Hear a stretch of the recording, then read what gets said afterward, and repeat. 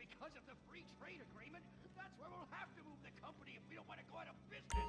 We just want a sensible discussion of the issue. Oh, you're nothing short of a disgrace. If peaceful protest won't change your mind, we're going to have to solve this the old-fashioned way.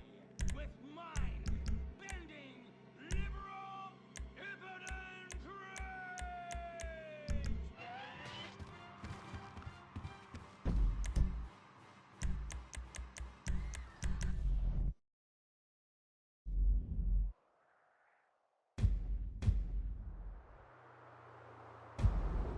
Destroyed! Ah, hell going welfare! Kick back, get a six-pack and relax. You deserve it after all this work.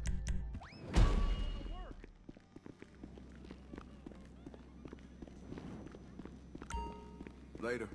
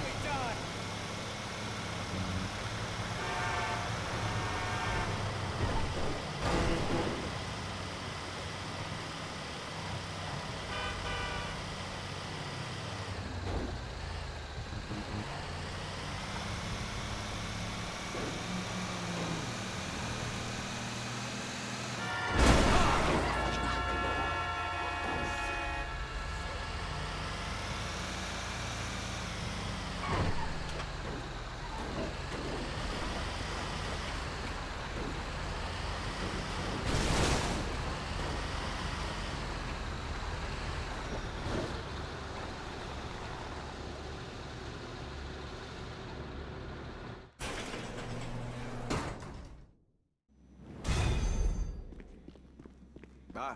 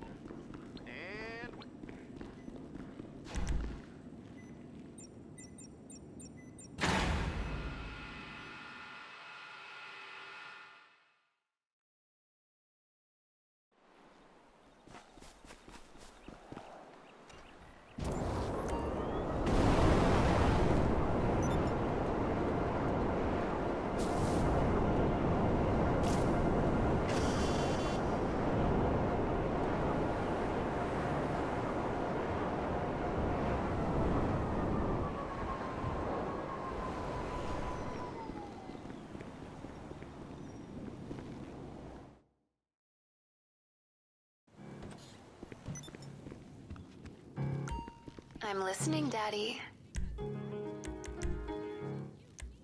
Uh-huh. Anything you want.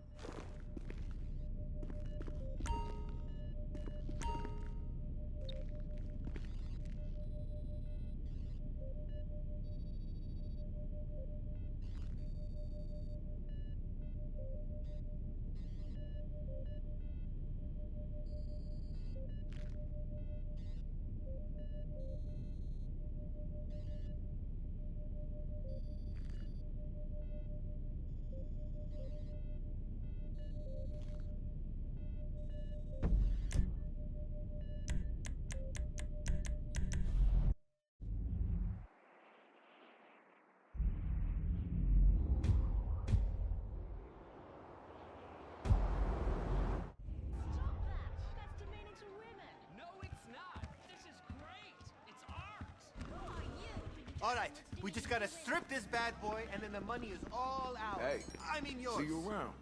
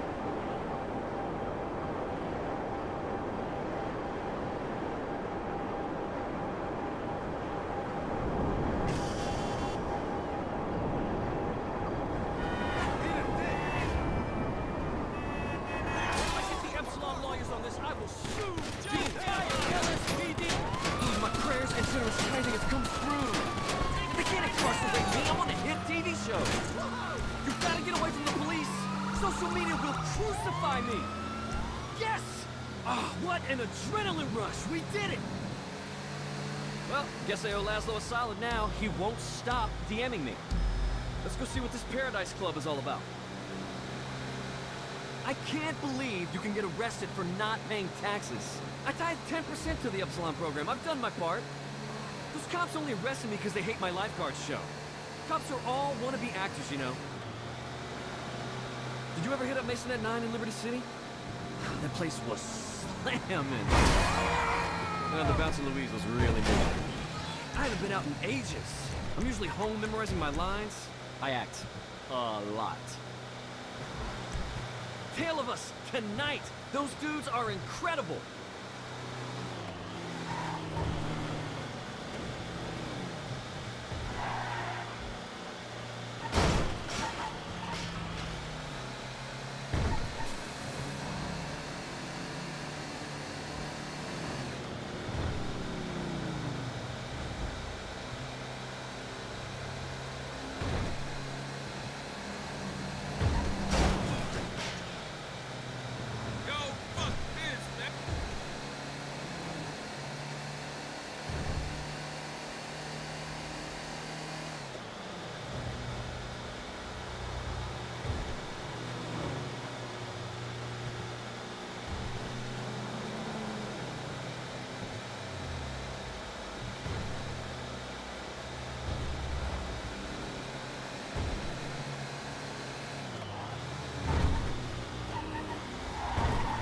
I'm ready to get my drink on. Let's do this. Hey, I really appreciate the whole thing with the cops. Keep it on the DL, huh?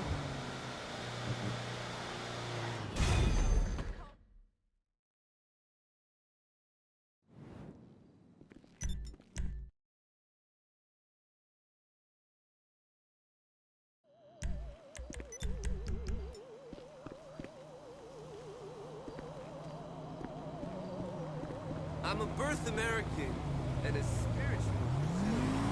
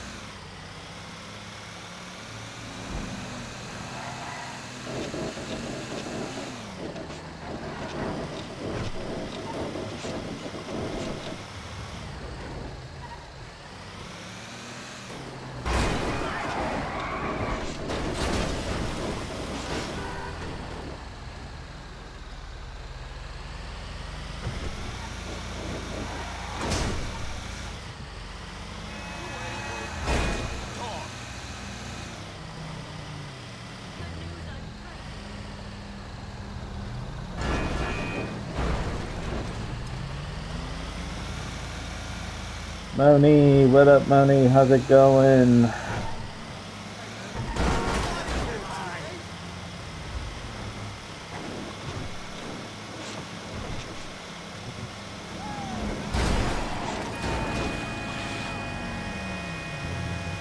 You know, I've been doing a lot of thinking about GTA Online once I hit $2 billion, which will probably take me 2, maybe 3 months to do it. I'm thinking about not working on my bunker anymore, my acid lab anymore, just grind on tow truck missions and vehicles, meaning in the auto shop, and just work on VIP work and stuff like that, right? Keep it going without the fees and stuff hitting me, and grind on Ms. Baker missions, getting tips and stuff. I think if I do that, I would definitely grind on tips more than anything else, you know? So that's what I'm thinking about doing. But yeah. Animal Crossing, nice. Okay, there you go, that one's done.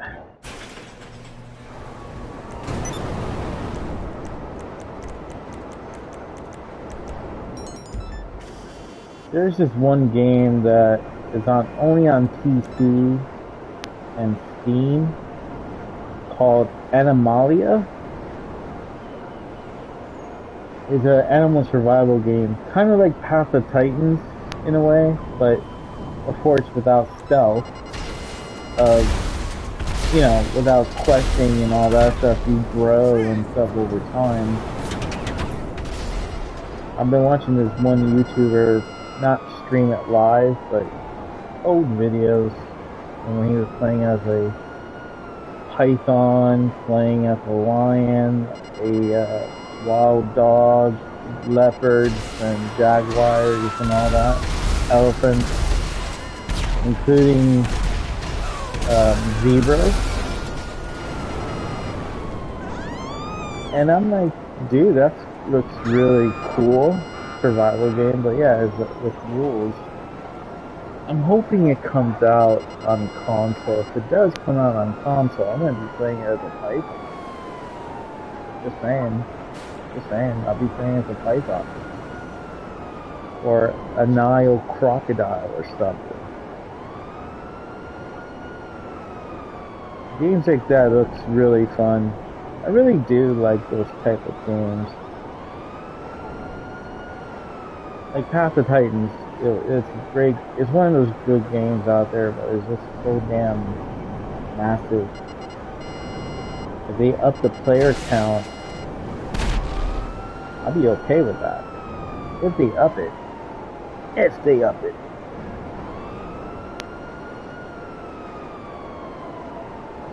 But again, I don't know if it will come out to console, but it's only on PC and I need to get a PC then.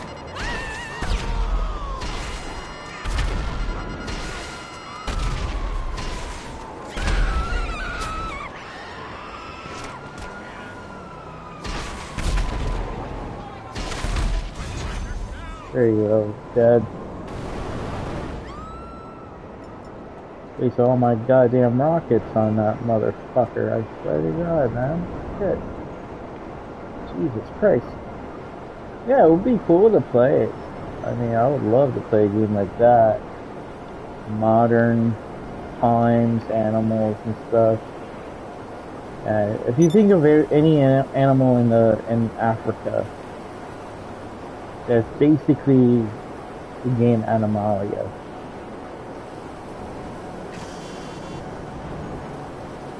Wild dog, rhinos, hippos, Nile crocodiles, snakes, especially pythons so far, warthogs, zebras, wildebeest,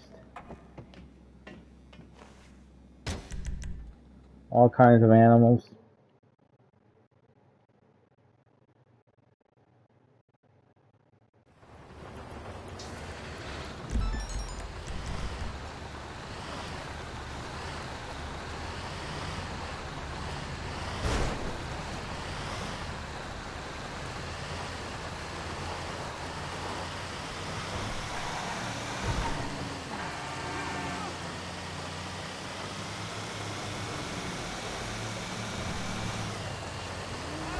Yeah, so I've been watching this YouTuber play it, and it's very, very interesting.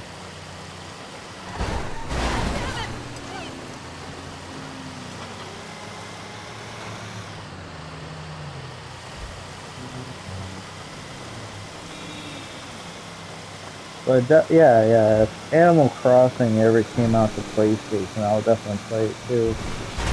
I love playing different types of games, different styles.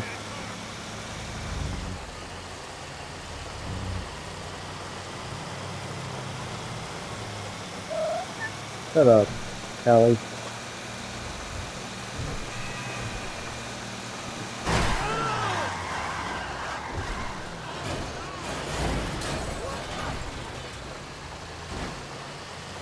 So yeah, we've made another $1 million. If I haven't put up this cash yet, I'm at 1,879,000. 121 million away from $2 billion. So countdown actually is now, really. Countdown's now, actually. I can definitely make my money. It'll take me a couple of months.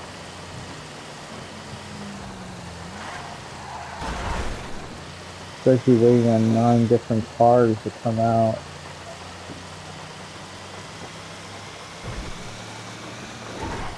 All drip feed. Drip feed vehicles.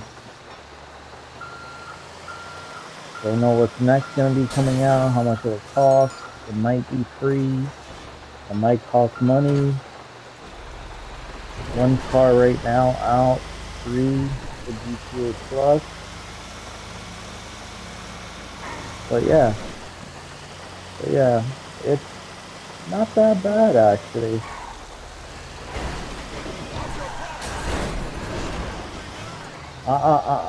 Come back here, Zion. You're mine.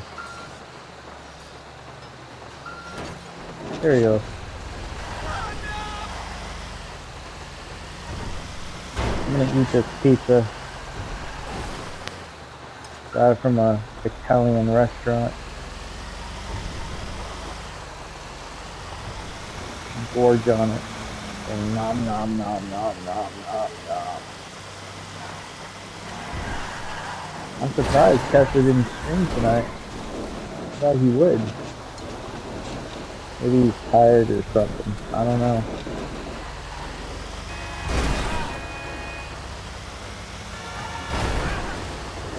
I mean, I don't blame him.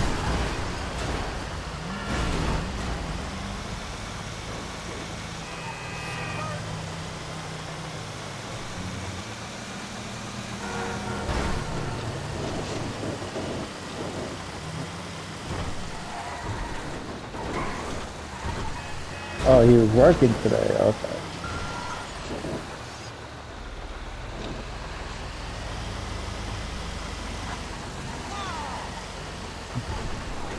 Imagine Kessler working on a Sunday. What a loser. I'm kidding. I'm kidding. I'm kidding. I'm kidding. Thank God about my job. My job doesn't work on weekends, period.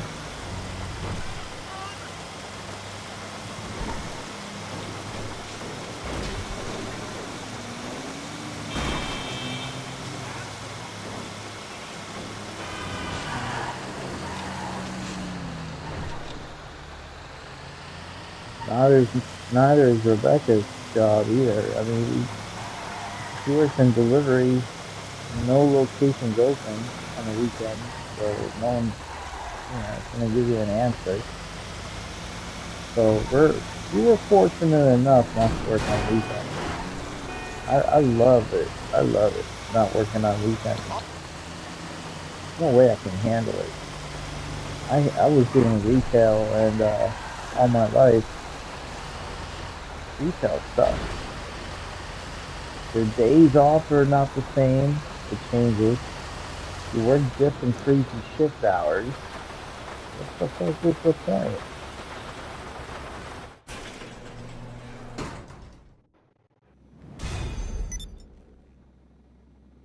Fridays and Saturdays off? Oh, that's good, I guess. There's no way I would do it.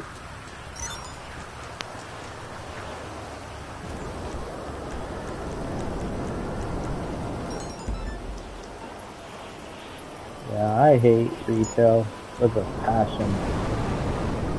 I would never, ever, ever, ever, ever go back. The job I'm at right now is awesome. I love my job, right? Like what I do.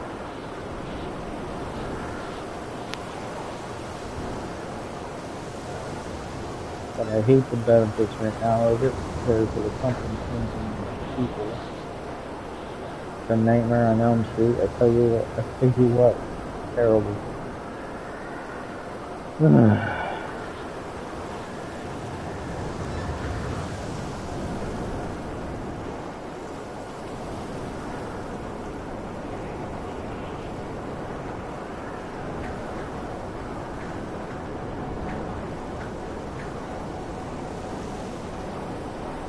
I mean, I was doing Uber and stuff like that before I came over to this job.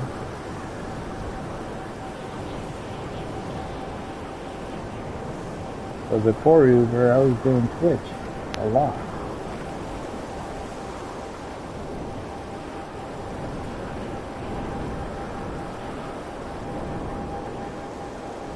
Boy, I hated Twitch.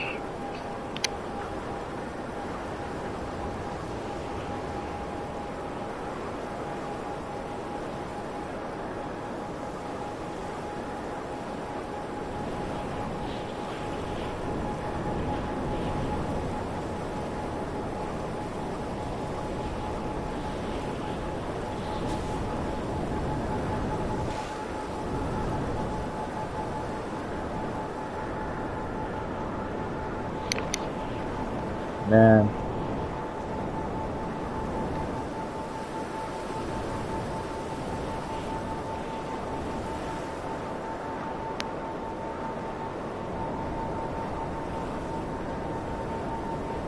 Twitch was, back then, different than it is now.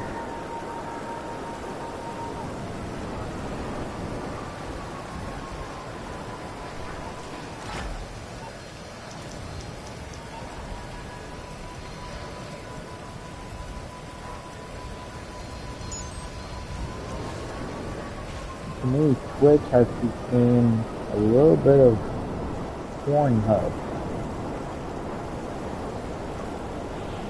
A little bit of it.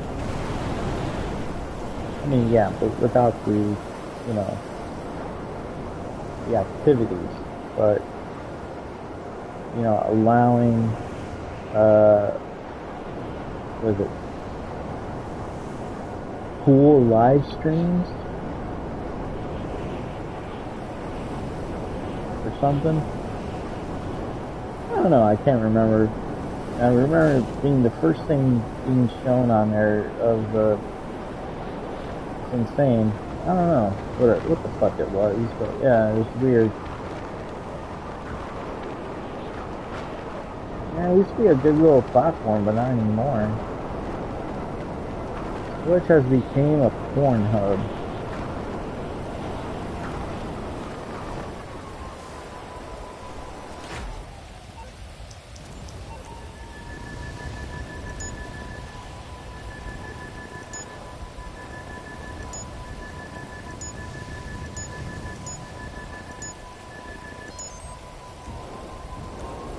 I'm not criticizing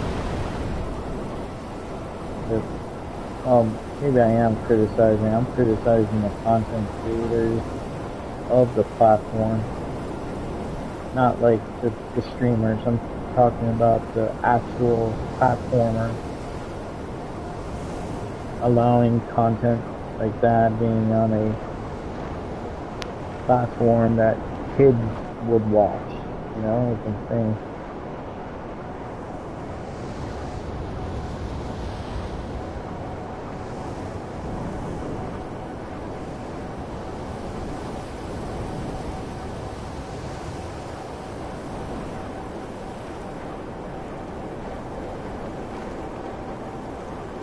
Now, after staying with Twitch for so many years before switching over to YouTube, I mean, I should have jumped ship before that, before it became, you know, satanic. You know, the RMS satanic or HMS satanic, whatever it's called. Seeing an iceberg head on, or should I say near miss and then sinking an hour later or something. Yeah.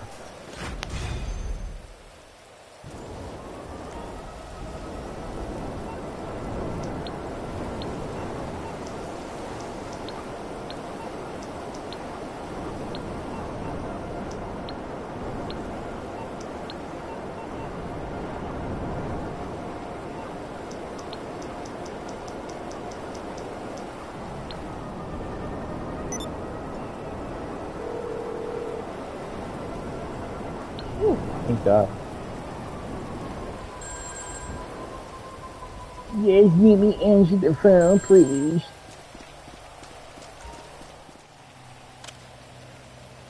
Hey, look, today. Yeah, I did a lot of stuff on Twitch. A lot. I was streaming all sorts of games on Twitch. All sorts.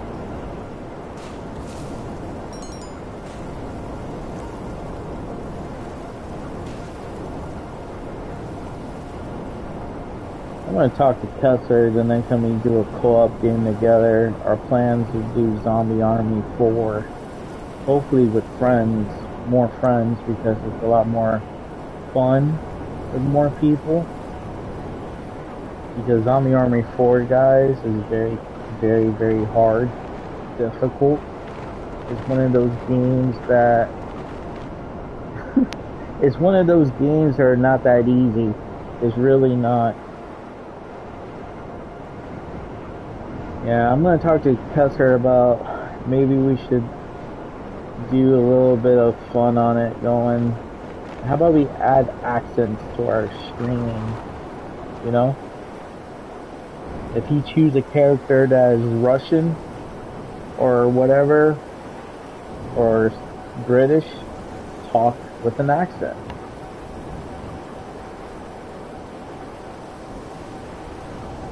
You know?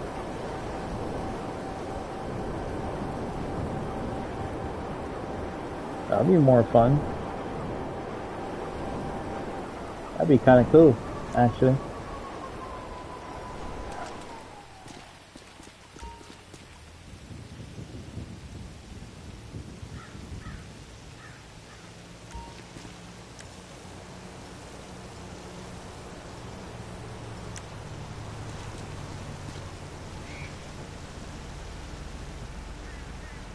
It's all getting quiet.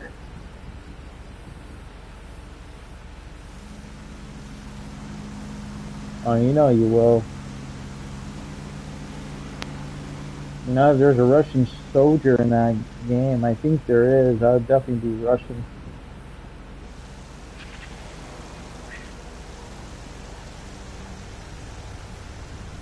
And if there's another character in there that looks kind of like ghoulish or something, I'll definitely talk Catford. Watch out, there's a zombie over there. Get down.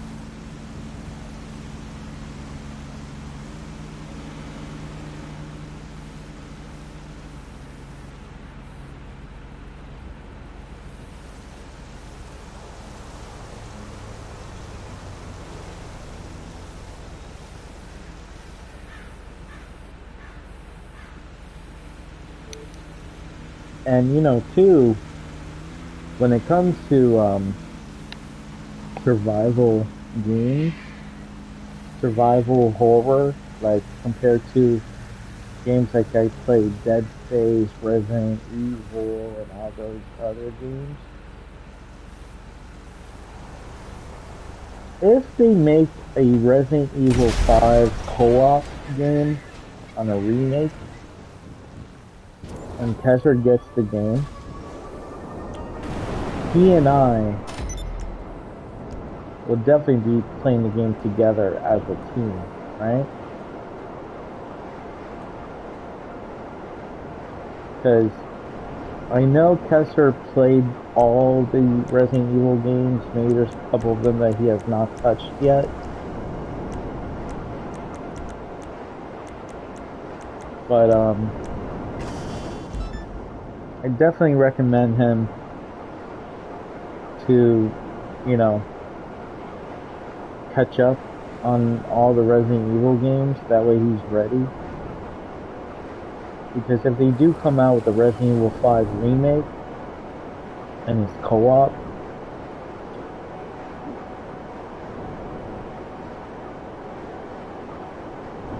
I don't know how I'm going to be able to play a game of remake by myself, because it's easy to play by yourself, but when you have an AI teammate, it's not good, because you will lose ammo a lot quicker than anything else. You just will. That's just fact, because I tried playing the game by myself a long time ago. PS3 days, where I'm playing Resident Evil 5 by myself. This is before I read, you know, before I read that the game has co-op, you know, play off screen with a friend in your room, in the same house, or online, or you can do it with an AI partner.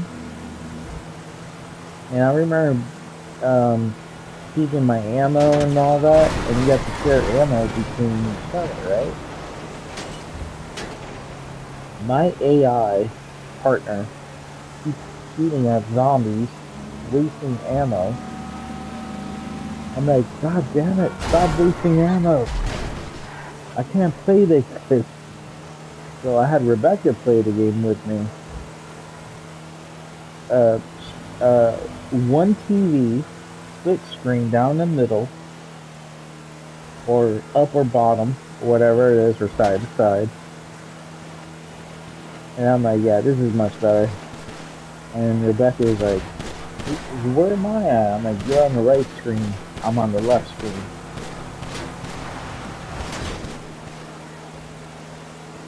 But lucky for us, we beat the game together. And I remember playing Resident Evil 5 over and over and over again, getting all of the weapons fully upgraded, unlimited ammo for those guns,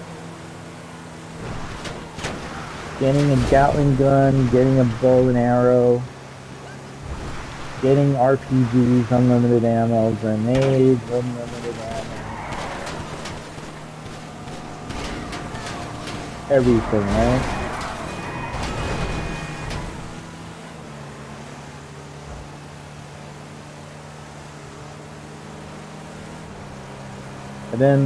And then once Resident Evil 5 came out to PS4 and PS5, all those stats cannot be transferred. It pissed me off. I was so sad. I was like, no, I don't want to do this shit again.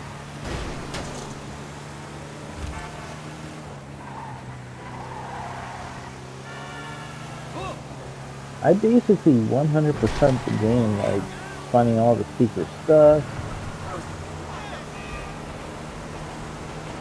The game is amazing. Amazing game. Resident Evil 6 though, when it came out, I had to play that game 4 different times. well, 3 different times with Rebecca. Like, I was one character, she was the other, and then the second time the same game with a different character and his partner or her partner, and the same thing the third time co-op, and then the final time I was all solo.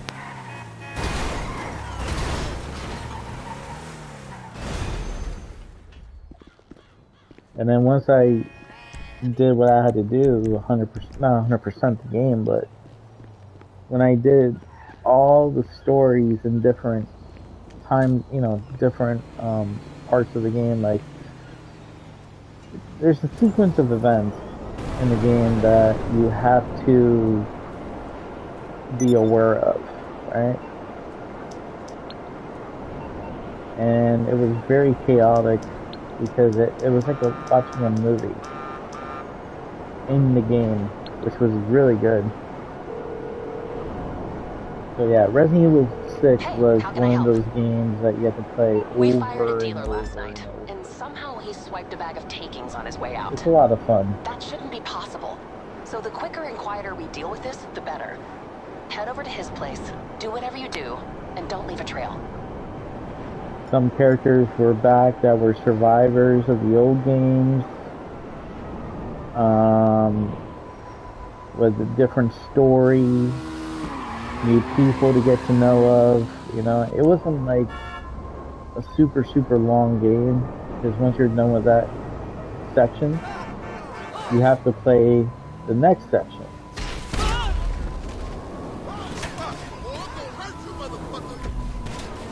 Looks like this guy can't drive. He got killed.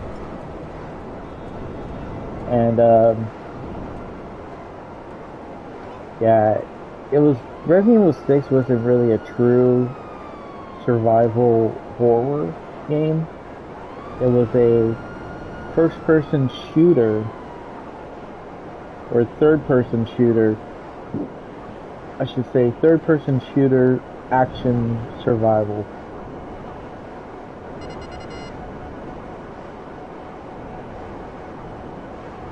There weren't really some scary moments when you're playing the game. There were some scary cinematics of the game.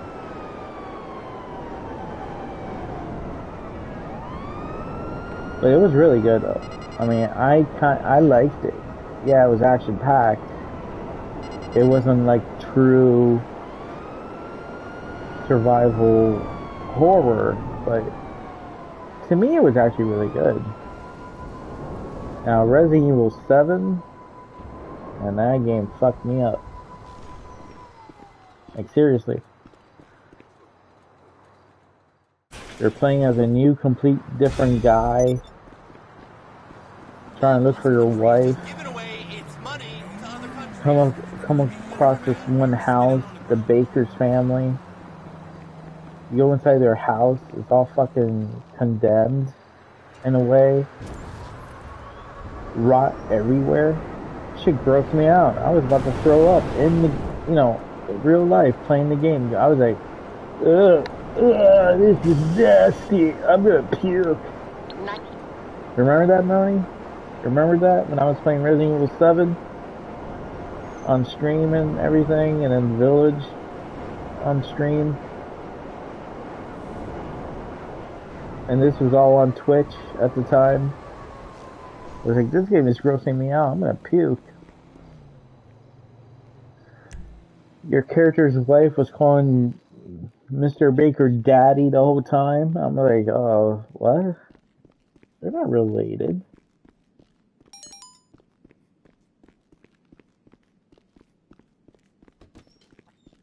I mean, the fact, here's the thing. In real life, there's a couple things I will get grossed out. But that's not one of those things that will get grossed out, you know, like blood and gore and all that, and video games. Yeah, that stuff doesn't gross me out. It's the mindset of a dirty house, you know, food everywhere, roaches and shit, bugs of all sorts crawling all over the place, or the sound of someone puking their head off or something. Or you're sick. You know what I mean? That grosses me out. For real, not gonna lie about that. That shit grosses me out. That will definitely gross me out. I don't know. No.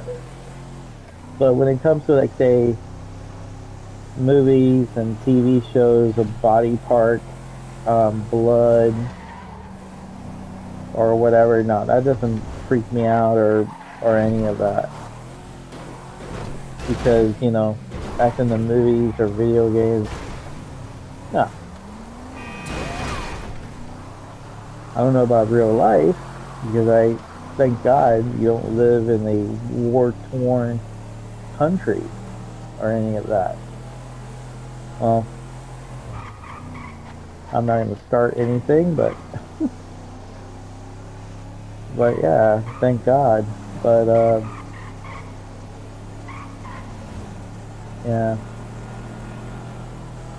Resident Evil 7 to me during that first couple of parts of the game was really grotesque, and I think the whole entire time I was like, what the hell is the Baker family eating? What is that? It's like they're eating eyeballs or something. I don't know what that shit was called.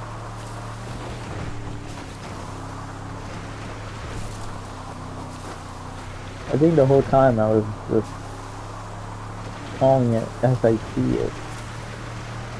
Like, what is this? What is that? Huh? What is that? I mean, I was just pointing things out of my ass going, I don't even know what they're eating. And coming up with other ideas going, is that a crawfish? Nah, that can't be crawfish.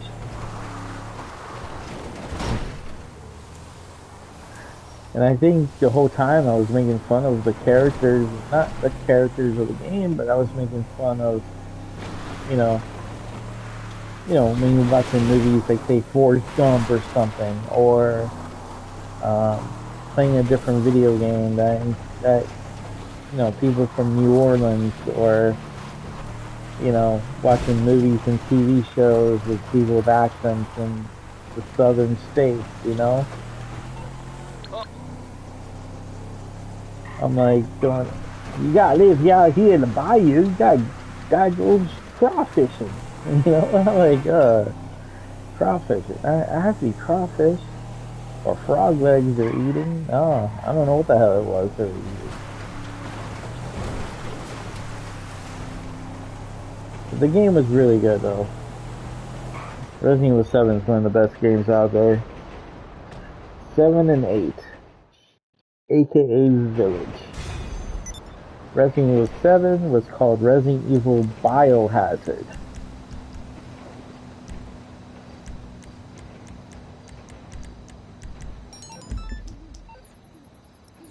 Sure was Biohazard. I almost threw up in real life a couple of times when you're watching a dirty fucking house in a video game. You open up a fridge and you see nothing but whatever it was, cobwebs or I don't know, something really grotesque there.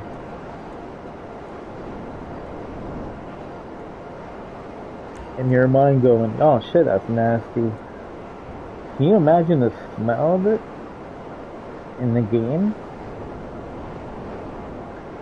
I mean, I would not want to imagine the smell of the game, the smell. Especially with that heat, the swamp heat and all that. That shit's nasty too. That shit is a lot nastier than you can think of. Oh my god.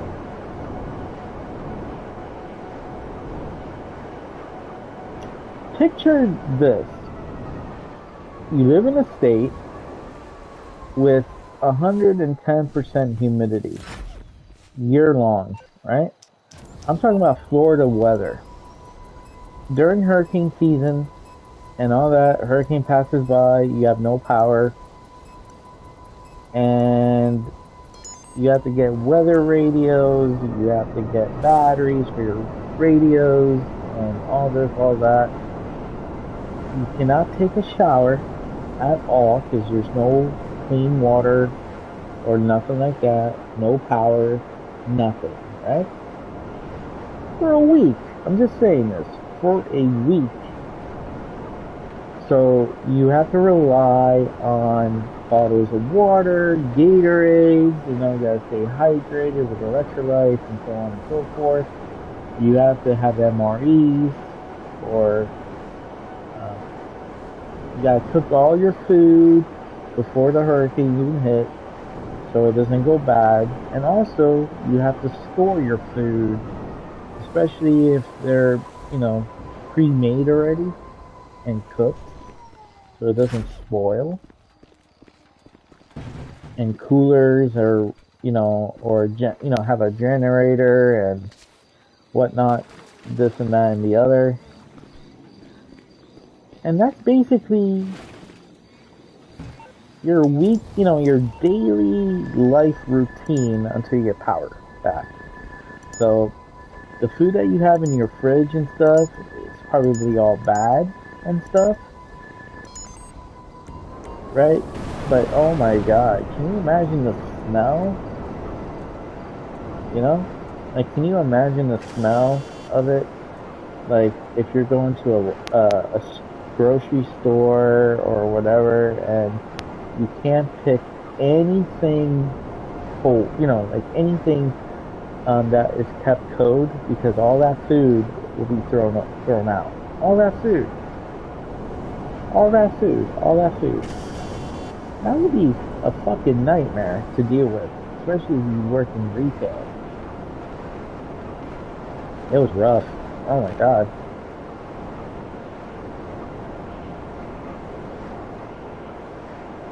Yeah, it's a good thing you're on the West Coast there, Moni.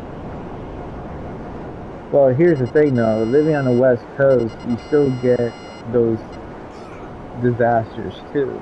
Not hurricanes, but you probably get the wildfires, the earthquakes, you know, the heat wave of smog or whatever it is, you know. But for us here in the East Coast, especially Southeast, like the Florida coast, all the way up to the Carolinas. That's where I'm at right now, in the Carolinas. The whole entire East Coast is basically a hurricane landing spot for so many different things, right? So many different things. Yeah, I mean, I'm grateful so far not getting hit with hurricanes right now, but I'm just saying, it's rough.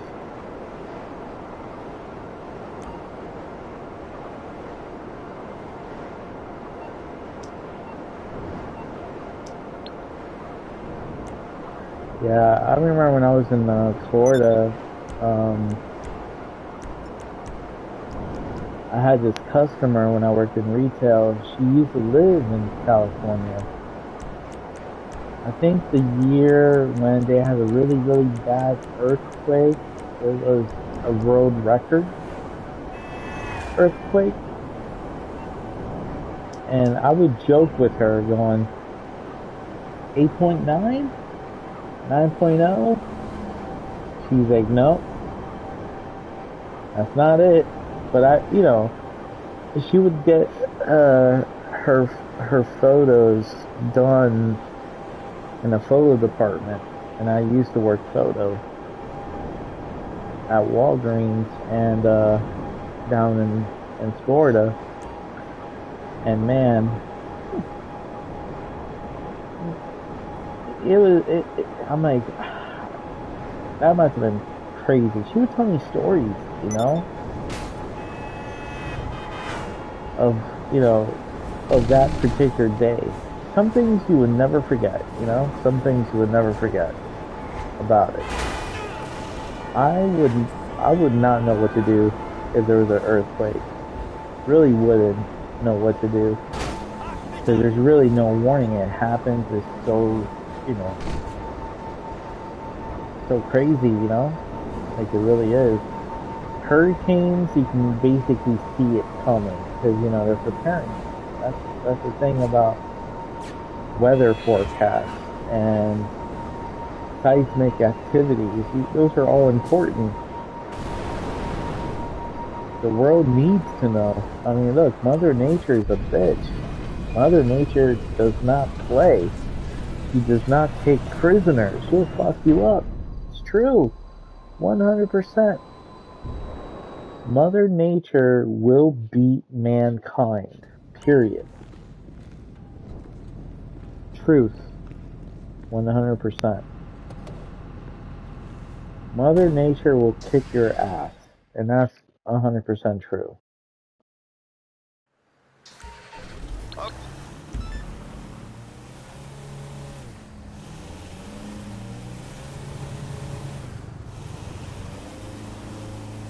If Mother Nature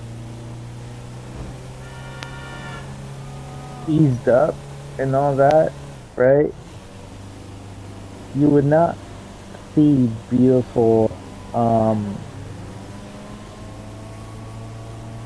beautiful lakes and rivers, right? You wouldn't. You would see smudge everywhere, gunk, toxic waste, or waste in general, right? In your rivers and lakes, because agriculture that was caused by man pollutes everything, you know? And that's the thing, you know, that's the thing. Like I remember in Florida, Rebecca was telling me stories about Lake Okeechobee. Like, it would be clear, right? You can see the bottom and see things and stuff. Now you can't because of the pollution that was made by the dairy farm. I'm telling you, mankind is a dangerous animal, destructive and dangerous, period, right? I mean, it's true. I mean, we all have to innovate, yes. But, you know, if you have curvy rivers and stuff like that, and mankind comes in and straightens it up, and the reason why there's so many curves, you know, like curvy waters, is because it basically cleans the river out, right? If it's curvy. If you straighten up a river, nothing gets clean, it becomes all crazy. Mother Nature will fix all that stuff once you know, once mankind, you know, becomes extinct, and the sixth extinction, which that will definitely happen sooner than we all think, you know. When it comes to wars and pandemics and viruses and epidemics, bacterias, pandemics, all that stuff, you know, it's crazy.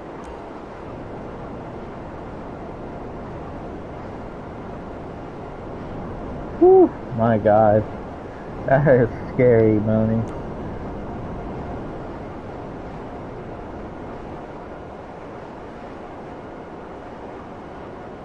That's scary. That's a scary feeling. Yeah, I mean, oh God.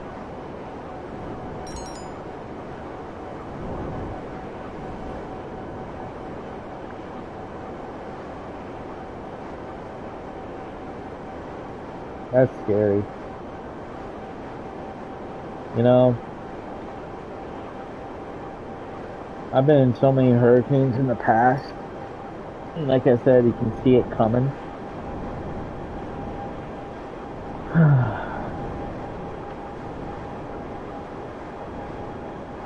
But the thing I would never be involved in is wildfires and earthquakes and tornadoes and tsunamis and stuff, you know? Forget that. Tsunamis? Oh, damn. Forget that. No. If there was an asteroid coming, and it's the same kind of asteroid that killed the dinosaurs, you know we're all fucked, right? 100% fucked. You know?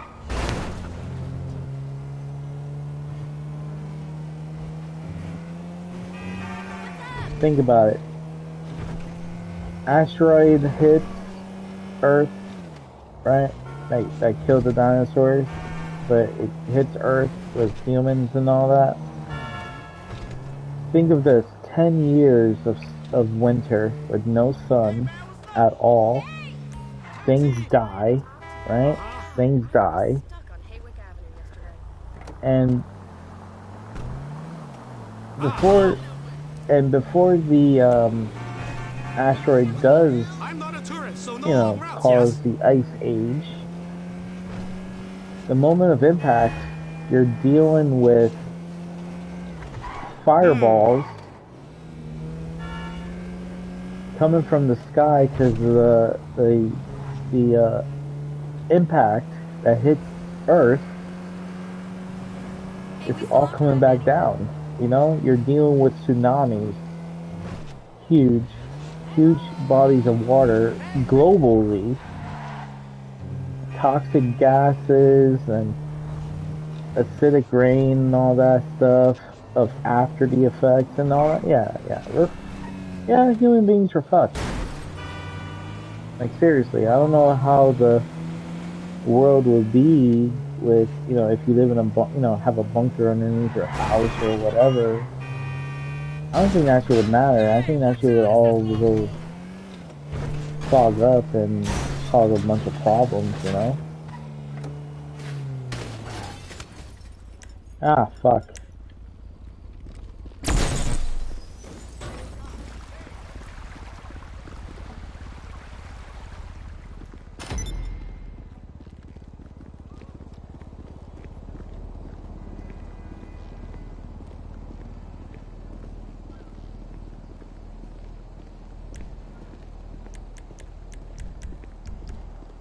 So yeah, I really feel that if Earth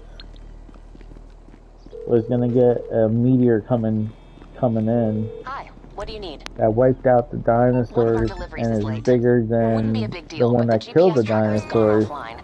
Could you go and take a look? There is no way in hell that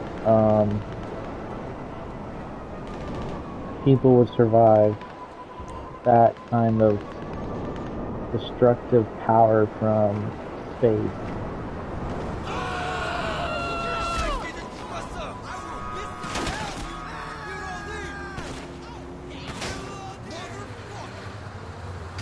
It's not Armageddon, you know, there's no way we can do what in the movie did in Armageddon, you know? What are you gonna do? Send Bruce Willis up there with Ben Affleck and draw a sprawl, and all of a sudden Bruce Willis stays up there and blows up the asteroid with a damn nuclear bomb? Because, you know, the meteor is not the same kind of rock. It's different materials that is found outside Earth. I mean, come on, you know, like, don't get me wrong, Armageddon was a good movie. To me, it was a good movie because it was action-packed, but don't get me started. And also another good movie too, Deep Impact. That was another good movie too. You know, like, come on, man.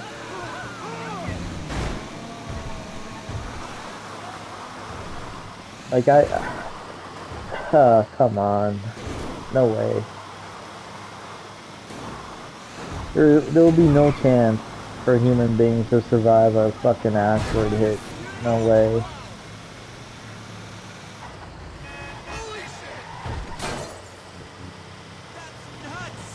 I mean, yeah, I mean, the world, you know, world leaders, you know, Russia, China, United States, United Kingdom, all the big superpowers, right? All the big superpowers that has a space program. China is one of them, I think. Russia, United States, I think Japan, I think, I'm not sure. And then of course all the other countries, you know, that are like allies, you know, with NATO and all that. I don't think, in my opinion, that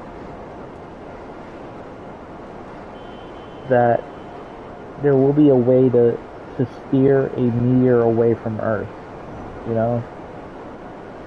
You know? It could take maybe 100 years, maybe 1,000 years, or 2,000 years before the next asteroid impact or something. I don't know. I know for a fact I won't be around at all, unless they come out with cyborg humans, you know, putting in your thoughts and shit into a cyborg. God, can you imagine a 6'2", pale as fuck, robotic Kessler? You know, YouTube, my name is Kessler, arcade. I'm sorry guys, I'm having some technical difficulties.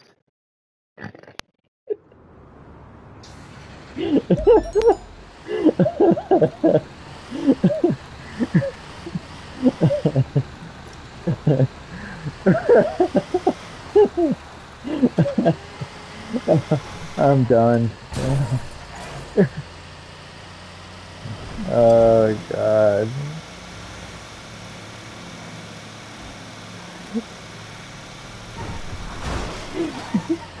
You know, like that would be funny. I mean, not funny, but you know.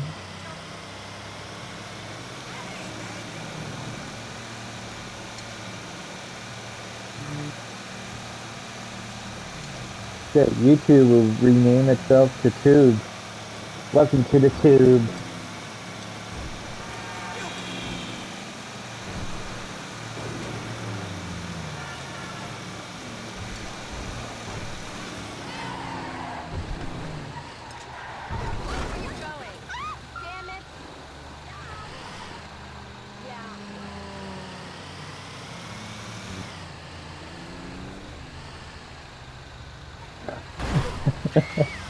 You're crying.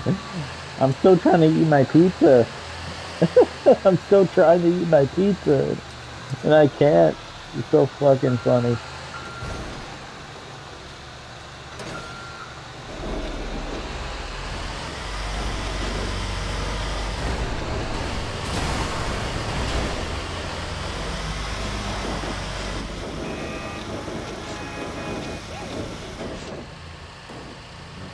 Oh, fuck me sideways.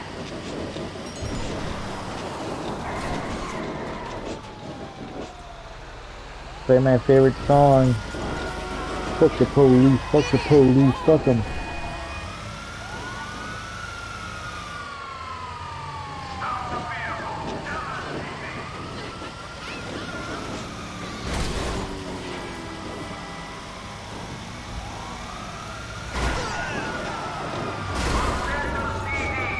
Can you imagine every single animal we know in real life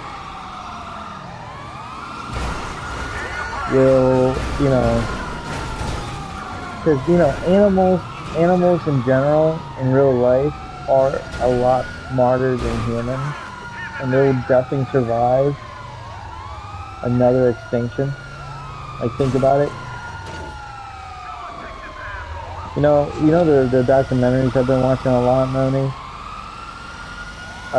With the Denovian period of Earth, followed by the Permian Triassic extinction and the Carboniferous period.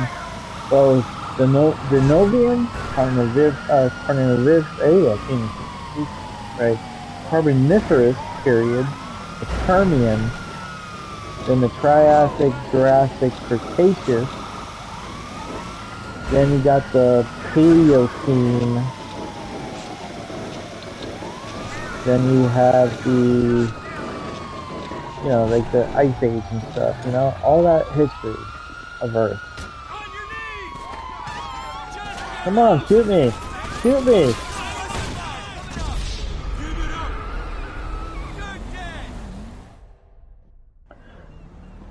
Yeah, animals and bugs will survive.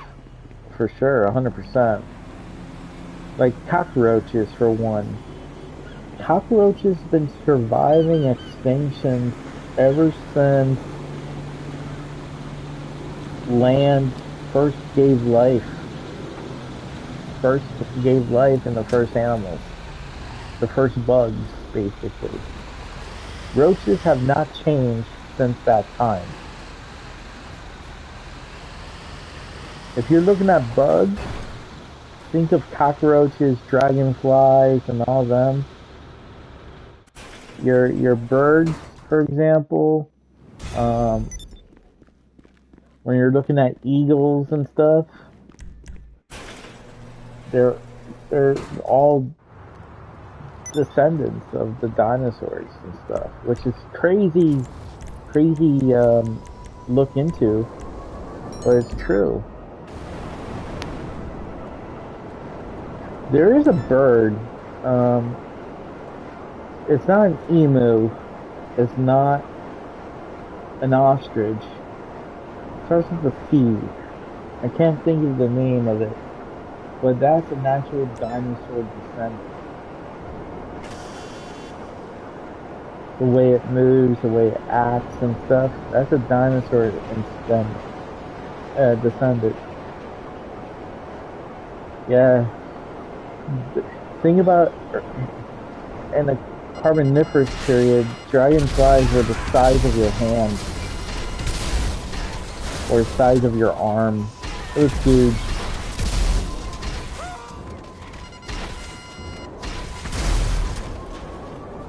Ants were the size of small cars. Spiders were like the size of a medium-sized car, or an SUV, or something. Talking about bugs in general. A giant centipede was the size of a school bus.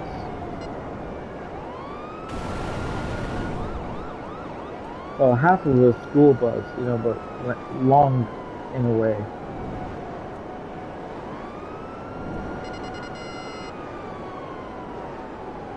Because the oxygen levels were so high at the time. Yeah, the Carboniferous Permian period, Earth was 23 or 22 hours a day long. The moon was a lot closer to Earth, and it was more violent as well, like so many storms, violent storms, mudslides and all that stuff. And then when the end of the Carboniferous and the Permian period, Earth's time was 23.5 hours instead of like 22 or something. The moon was still close, but it wasn't like super close like it was before.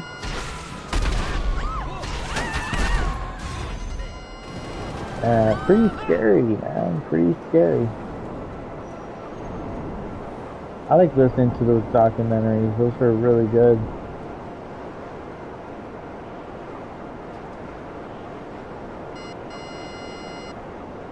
When it comes to dinosaurs and Ice Age and before the dinosaurs, I love the history. I'm a nerd. I'm a nerd when it comes to those things. Really am.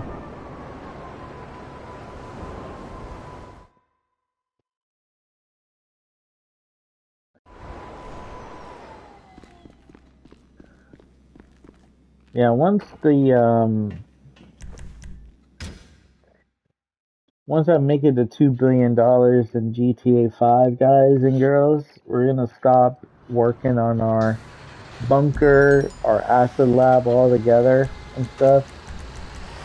And we're gonna focus on one thing. We're gonna focus on one thing and one thing only. This Baker chip. We're gonna grind the shit out of it. And make as much chips as possible, and then at the same time do other things in the game that we never really do, right?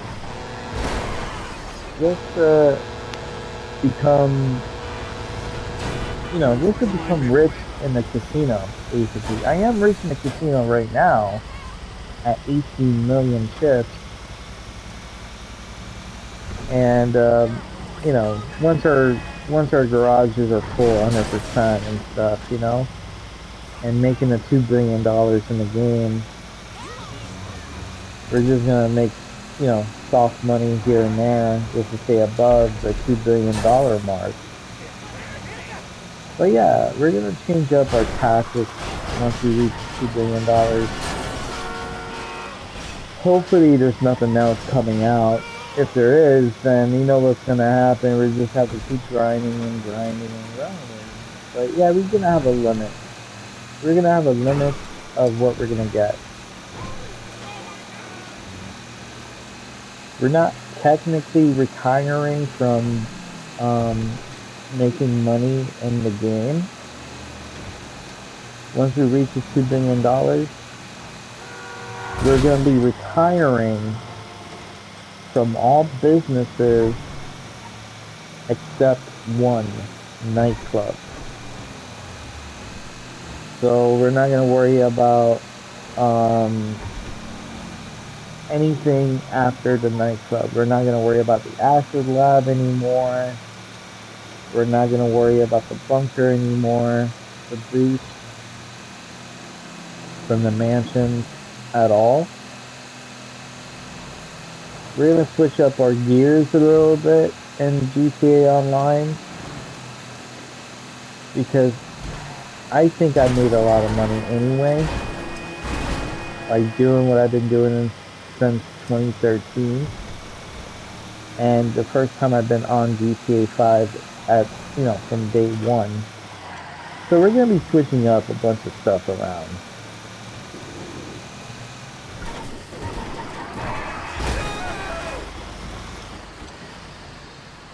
Yeah, I did get a new car in the game. It's right here in my vehicle organization mansion. The Australi. It's a free car from GTA 5 with GTA Plus. It only cost me like $200,000-$300,000 in upgrade. It's a classic, sports classic vehicle. I haven't test drove it yet, but there is a video on my stream of it's GTA Online new car. It's like 37 minutes long. The last 15 minutes of the game, of the stream, will show the car I purchased and the customizations I've done with it. But that was it. Just one car. It came out last week. So yeah, that's what our goal is going to be once we make it to $2 billion in the game. All of our stuff that we've been known to do for years is going to be completely completely retired from.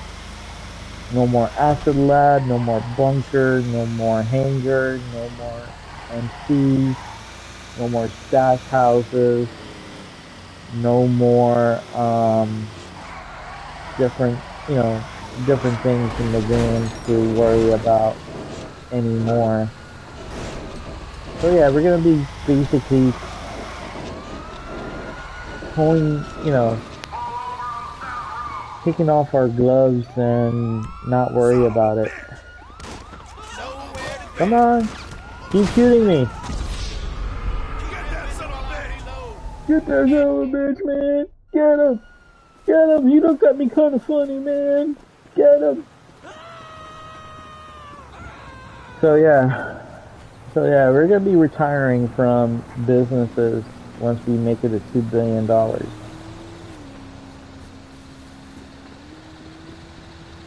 Right now,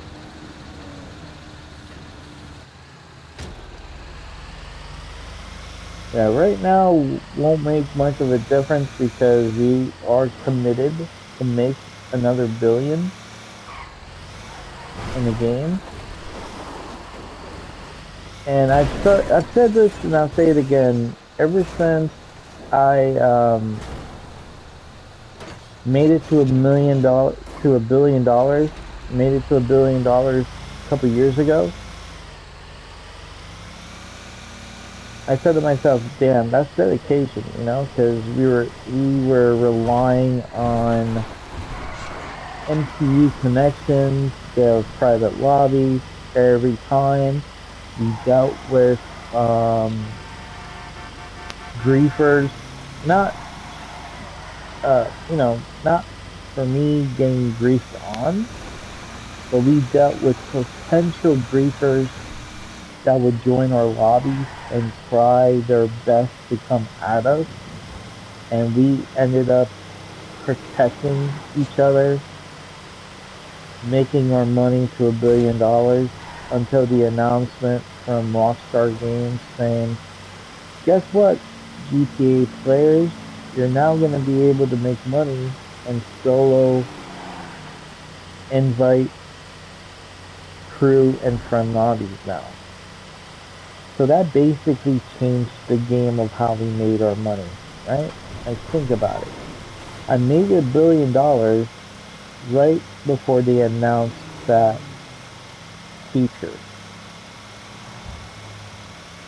So, in my eyes, I'm grateful to make $1 billion and populated lobbies with control of getting rid of people joining our lobby. Granted, yes, I was on MTU all the time. Tessa was having a hard time joining because he would lag out, he'll be in his own server. But we had no other way to make money at the time. We were basically looking for solo lobbies for a very, very long time.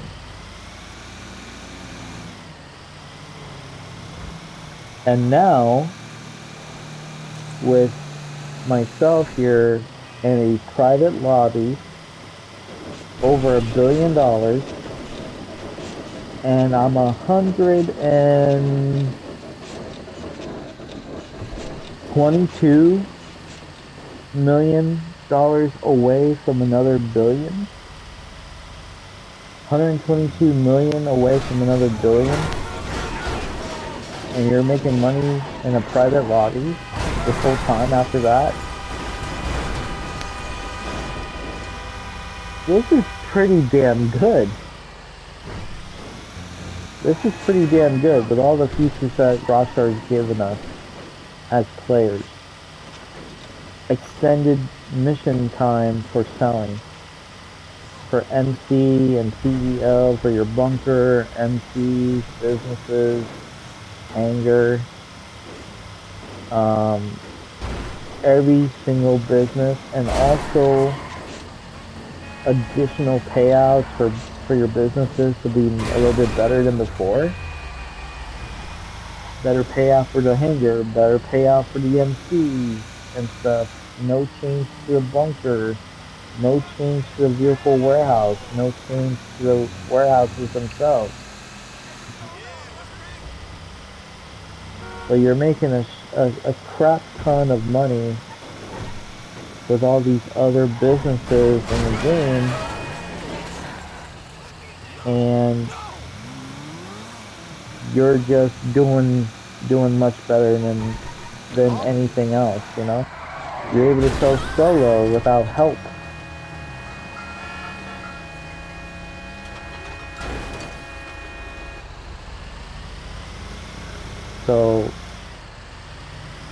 So in my eyes, guys, $122 million away from another $1 billion, and I've been doing this since solo, invite-only lobbies, after making $1 billion in the game. I'm doing pretty damn good. I'm doing alright. No help, no nothing.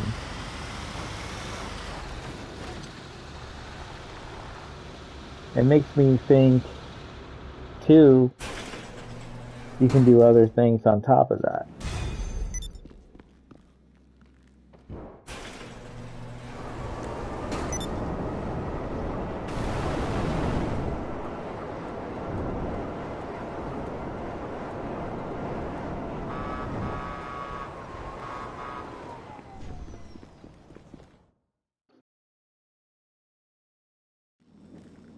Oh yeah, this is full.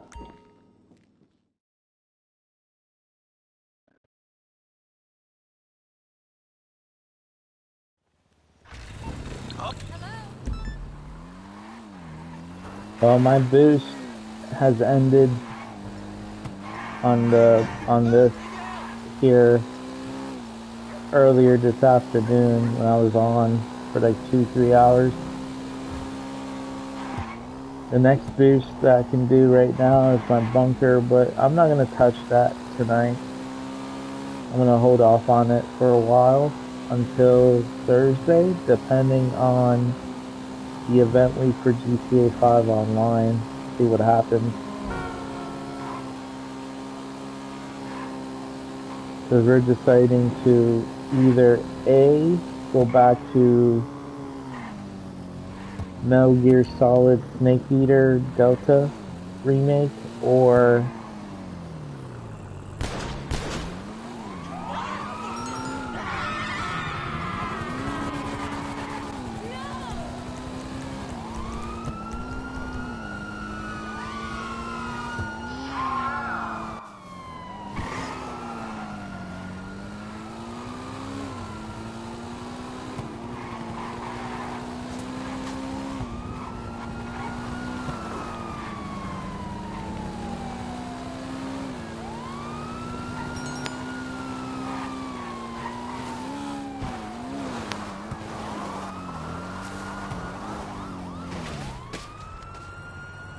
oh, my legs.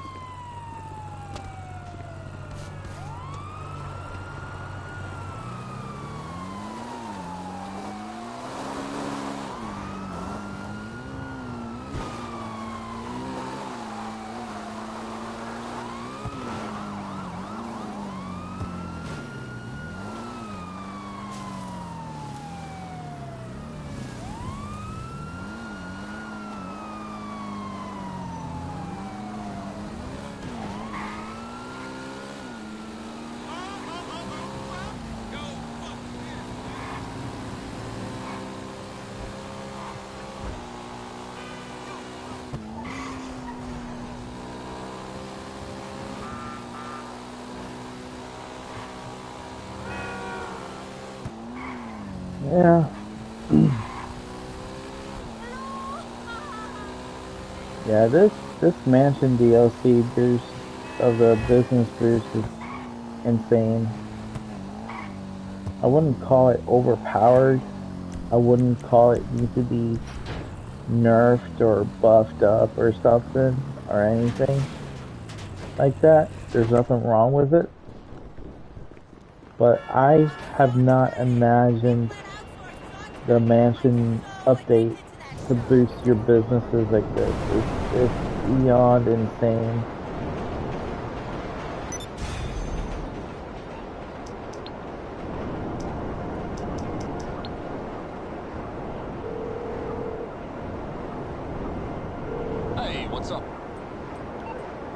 Okay, bye.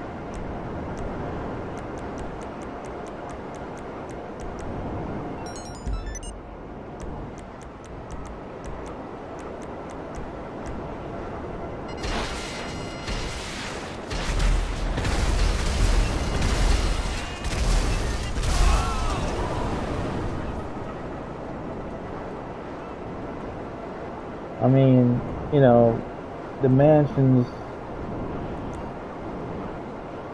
when you first explored GTA Online for the first time by, you know, playing the story mode of it, seeing the casino, seeing the, you know, story mode casino, but you can't even go inside. Certain areas you can't go into and stuff. And then the stuff transitioning over to online, you know, national casino, you go inside and all that. Totally different from story mode, first of all. The casino online, it has nothing in story mode of the story mode casino. It looks so different. And I would not want to play the story mode on GTA 5 at all on PlayStation 5 because, you know, I already played it, beat it.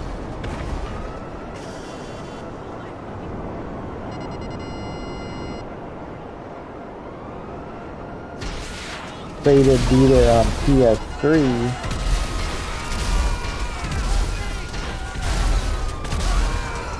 I don't really care about the achievements or the plot for the game or whatever it is, but man,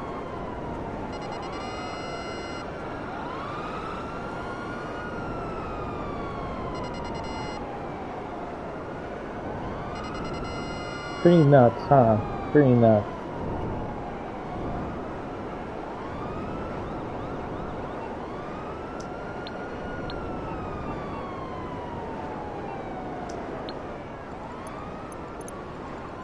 I'm gonna go ahead and deposit this right now.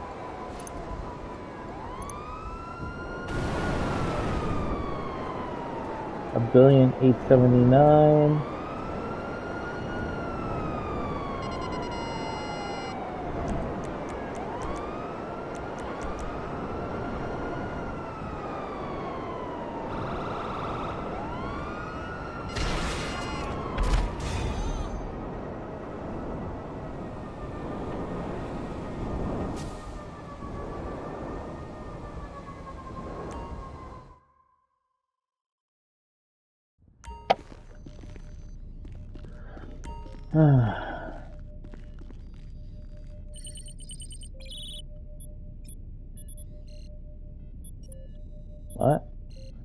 What?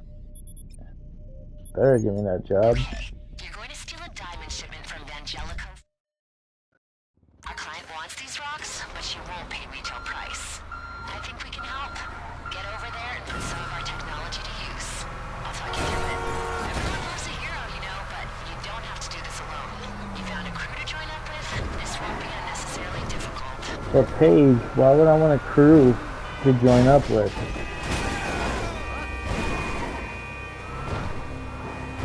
But boss, if you don't have the crew, you're gonna, you know, struggle. Looks like you're coming up. Come on, Paige. I don't struggle. I know how to make money. And methodically. Use it. The people that struggle a lot are the new people.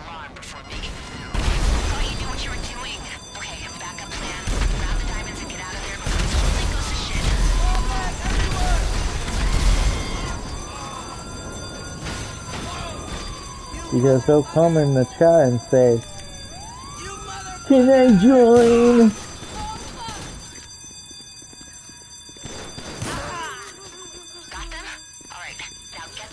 Are you on PlayStation 3, PlayStation 4, PlayStation 5, Xbox? What system are you on? I want to join. Sure, hit my, type in the join command.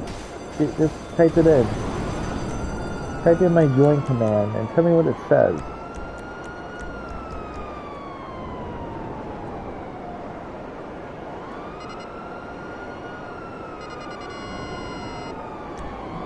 Okay, let me type in a join command, see what it says. It says, if you see me play GTA Online and or Red Dead Online, I don't need any help. I'm Stoto, good luck to you. But does that mean that can I play? And I'd be like, yeah, then that means that you can't read. Come on, man. I don't want to sound like an asshole, because I am an asshole. I know it. I know I am. I'm not proud of it. But the last time I helped people out in GTA Online, Great job. Your payment should be in your account now. the thing is this. The last time I helped people online on GTA Online, they don't take my advice of what to do. I'm tired of the same repetitive repeat of my words. Shit, let me make a few calls. When you make millions with me in a couple of hours, invest in your money for an office, businesses. If you own an office, fine, no problem. Stay where you're at until there's a deal, then change it later. But if you don't have businesses at all, invest in a startup, you know? Your startup should be, for example, a bunker or something, right? Warehouses can be a different choice, right? If you have a lot of money, right? Work your way up. I started in transition on PS3 over to PS4. Day one to day CEO when it came out, dropped, whatever, you know, with an office, warehouses, vehicle warehouse, you know, whatever it was.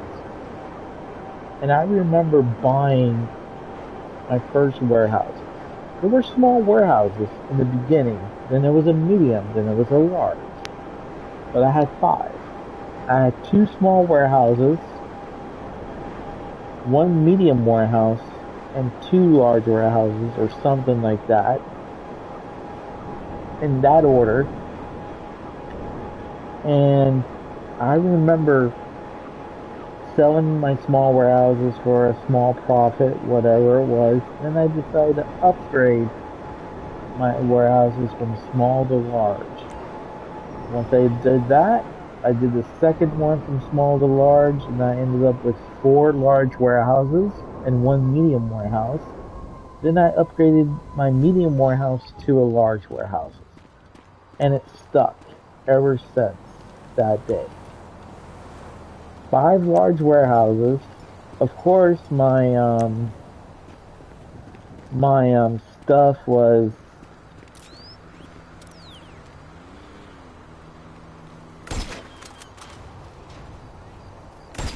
oops, I fucked up. I fucked up. Oops, I fucked up. Didn't mean to do that. I knew I fucked up when that happened. I just had to, so I upgraded my small warehouses to a large, and then my medium to a large, ended up with 5 large warehouses. I had the cheapest vehicle warehouse in the game, then I upgraded that to the most expensive one in the game. I've done a lot. That's the thing about businesses. I had the cheapest office, upgraded it to the Maze Bank Tower, upgraded all my delivery vehicles to to have the best stuff on there, you know, and faster and nimble and whatever it was I've done, I did it all. And that's the thing, you have to invest back into your business. That's the only way for you to become one of the richest people in the game. Really. One of the richest criminals in the game. But it broke me down though. It really did. I mean, I invested in heists, for example. I've done things in heist for my business. Every single thing. And then once the MC came out, I did the same thing. I treated all my businesses as break myself down, rebuild from scratch.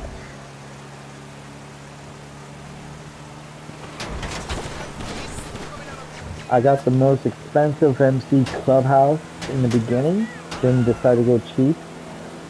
I've decided to get the most expensive businesses of the MC, the most expensive weed farm, coke lab, meth lab, counterfeit, forgery, all in the city.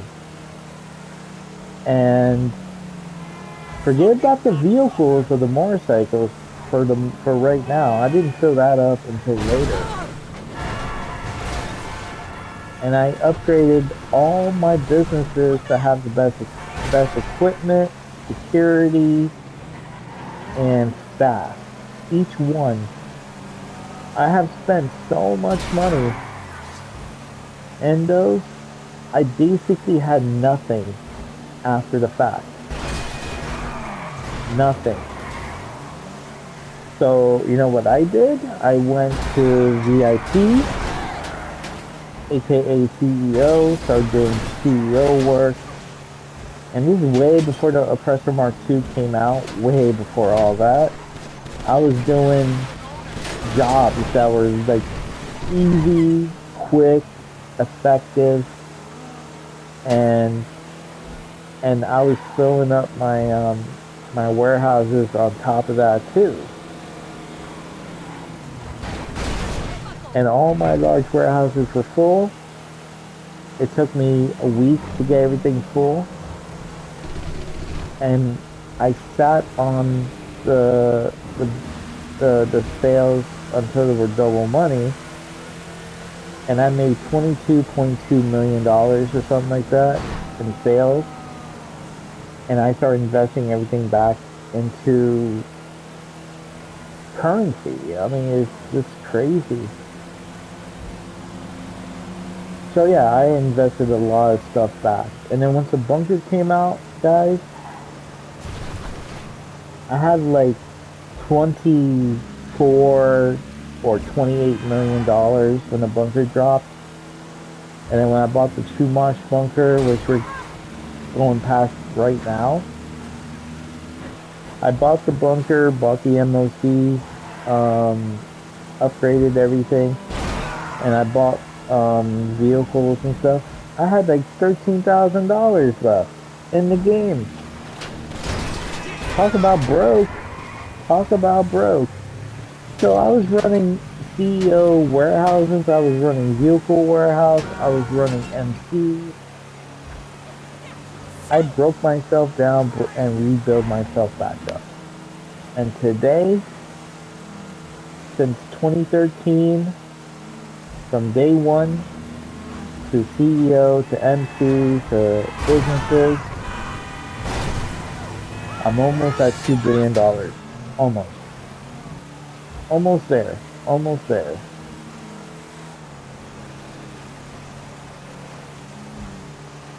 And practically my vehicle warehouse in business is empty. I have nothing in there. I have nothing in the regular warehouses. I got nothing in the hangar. My bunker's cooking. My Astrolab is cooking. Nothing in MC. Everything is practically empty. I got nothing to worry about. Garages. All my vehicles are full. All my garages are full of cars. Every single one. Except the third mansion. I have 11 out of 20 cars in there. 9 spots left. That's it. That's it. I don't know, there will be more content down the road for GTA Online. I hope so.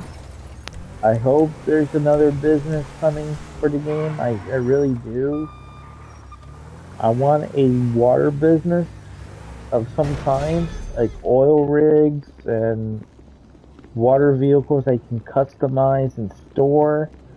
Like a first ever marina you can own and customize water vehicles and whatnot.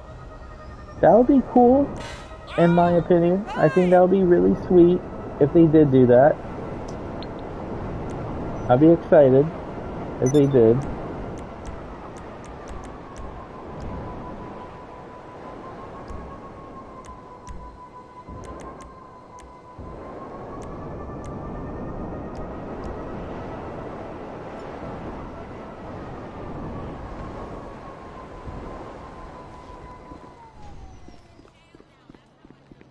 I mean, I'll be very excited if they did do something like a water business. I think, in my opinion, would be awesome.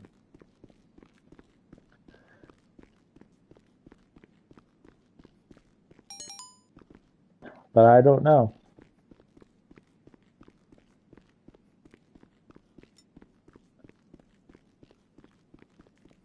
I don't know if they will. I hope they do come out with a new business, new way of spending money to make money. I mean, that's how I see it. I mean, look, I'm making money from salvage yard. I'm not even doing much profits anyway. I cut back on a lot of stuff. I'm just focusing on certain things. Passive business, nightclub, bunker when I want to, acid lab when I want to. Not even touching any of the MCs, vehicle warehouse, hangar. Even though the hangar's gotten better in payout, MC's gotten better in payout, bunker gotten better with time additional to it. But yeah, I mean, like, damn.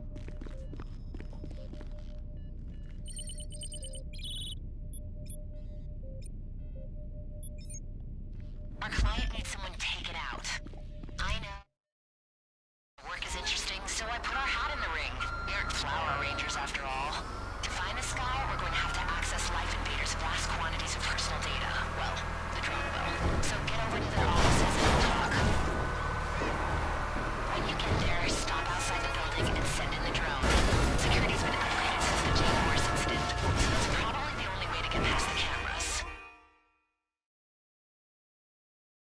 I mean, I do consider myself as one of the richest guys in GTA Online.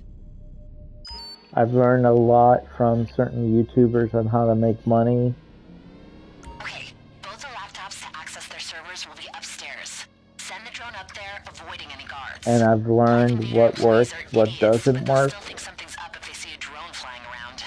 what my risk is and should be.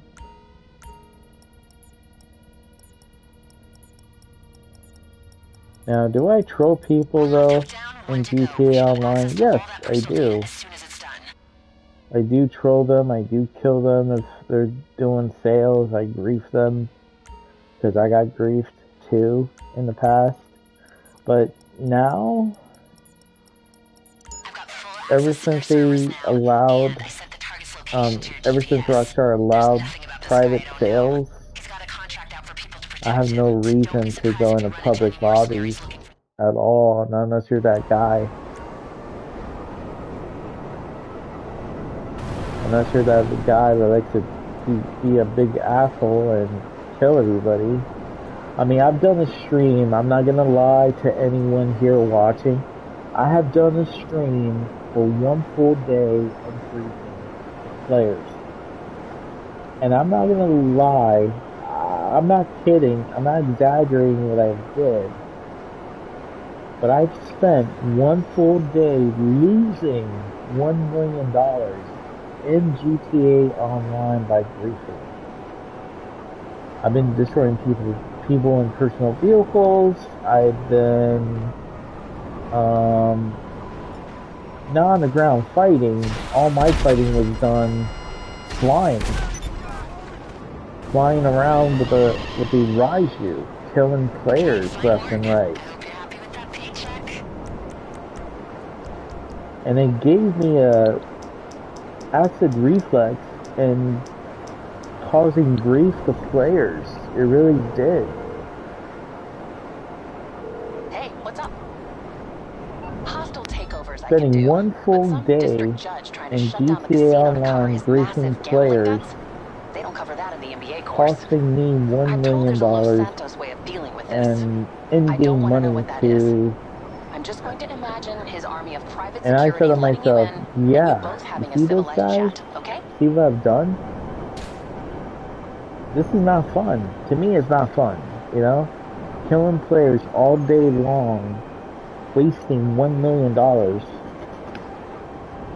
in expenses of destroying people's personal vehicles and costing money on finances. Expensive, I should say.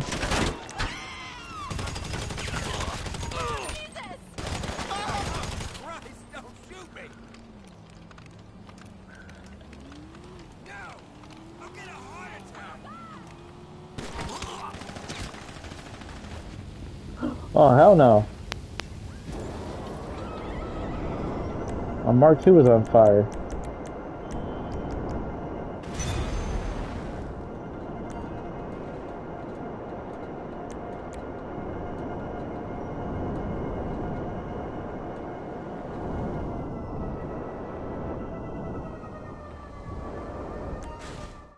Yeah, we're touching the Miss Baker missions too. My goal with Miss Baker missions, we're gonna try to get up to 25 million chips. Of course. Please. No worries, Miss Baker. You're hot with the blonde hair, just so you know. Anyway, moving on.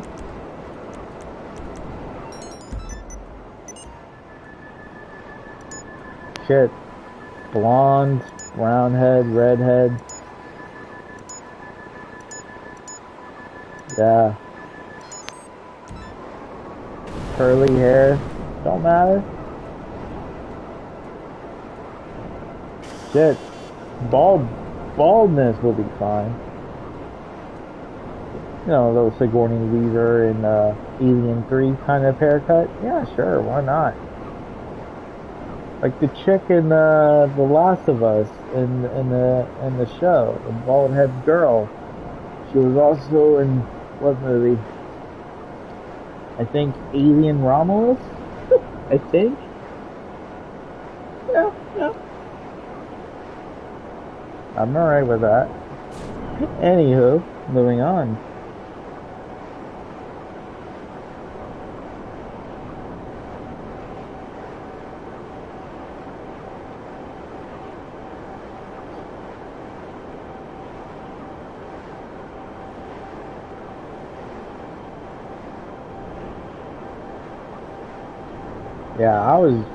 Yeah, one full day of GTA griefing from me was no fun. I was in a Kasaka, I was using guided missiles to kill players from the submarine, hiding next to a friend's yacht where their yacht defenses turned on. Players were coming after me, they were getting killed. I was costing myself money. Yeah, one full day of griefing. It was no fun. It was funny to kill, to grief, not to grief people, but it was funny because people was like, damn, Python's killing players? He's usually the kind of guy that makes money non-stop, taking advantage of double money opportunities. He's not the type that would kill players and cause a problem. And then they'll say, "Hey Python, why are you killing players? Today's Monday." Yeah, today's Monday. What's so special about Monday? Asshole Monday. Why not? And this was the time I was not working either. I didn't have a full-time job at the time. I was doing Uber, but still.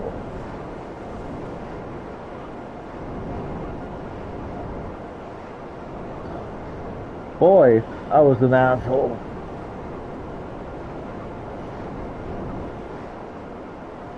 Killing players left and right.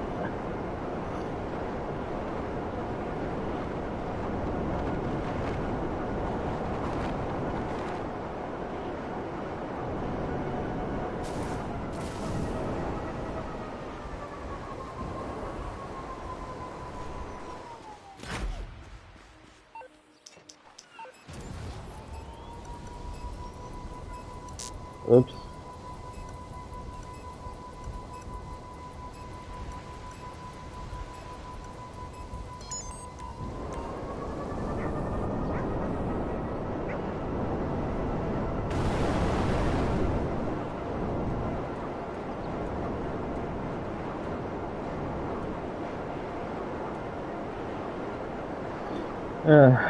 Yeah.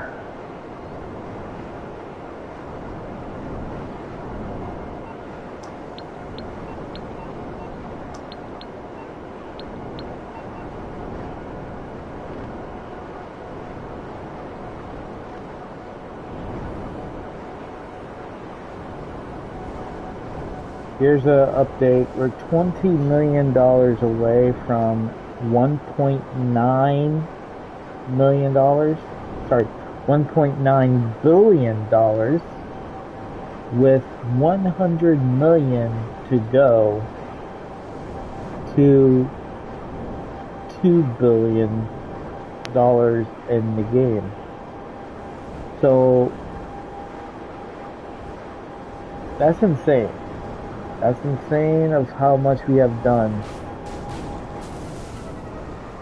Yes, you do have a pet in the... You do have pets in the game now of the mansions. You can get a dog and a cat. And I do have a dog and a cat. I named my cat Polly, rest in peace. And I do have a Rottweiler named Cujo in the game. So they don't do much. You can pet them, but that's it. Yeah, there's pets. There's pets in the game. It's with the mansions and stuff.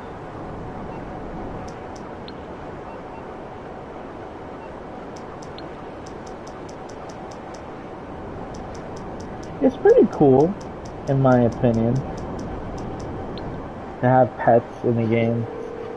Can't do much with them, but yeah. Hi, what do you need? You get used to bad press in this business, but there's bad press, and there's a personal hit piece running in the main segment. And you can work out in your mansion too, like curls, push-ups, sit-ups, bench press, pull-ups. I've sent you some probable locations. Watch out and for a you white gain news a van. little bit of a boost on those when you do. But you don't want to, like, say, over-exercise, because you can also die if you do. And you just respawn in your mansion. But yeah, you can work out. You can work out and stuff. Ooh, yes, look at that. You see, that's the thing about GTA 5, guys, is that if you're in a salvage yard and you're doing tow truck missions, and you're breaking it down for parts and you're making money, I mean, how easy is this? I haven't even touched. I have so many ways in making money away from profits. This is my philosophy for this game. My philosophy is this: speed, accuracy, and efficiency. And the third one is productivity. Think about this. Speed. You're doing jobs left and right without stopping. If there's a delay, fine, whatever. Go to the next thing. Right? Making sure your businesses are full, making sure they're in operation, there's no delay. And productivity, you don't want to like stop what you're doing, because if you stop with what you're doing and you're doing nothing, just sitting there, you're basically losing money in the game, if you think about it. Like what I'm doing right now, falling off. My productivity is going down. That's laziness. So if you're fast and you're doing jobs and you're making money, you're fine. You know, and you're picking and choosing what works. That's all it is. That's all it is about this game. It's picking your strengths and observing the weakness of those, you know, of those businesses when you don't need to work on them anymore. Ooh, not good, not good, not good. Like, I have a vehicle warehouse. Right now, it's empty. Completely empty of cars. Why? Why is it empty, Python? I don't really need to work on that. I'm not struggling. I mean, I could do some right now if I want and fill up my vehicle warehouse and sit there with stuff. All I gotta do is call in a cargo bob, go pick it up, bring it in, store it, fill up it with cars of low-end, medium range, and high-end vehicles, and sell off the crappy end, the low-end vehicles, and keep the high-end vehicles only for profit. I mean, I could do that. What about the warehouses, Python? I have 5 large warehouses. What are you going to do? That means I have to work on 2 warehouses at a time, buying 3 crates at a time per warehouse, up to 111 crates of storage. And then once it's full,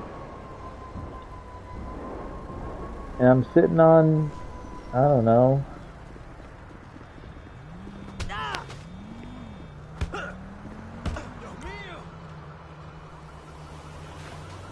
there's a lot of money, you know, for 5 large warehouses. We're looking at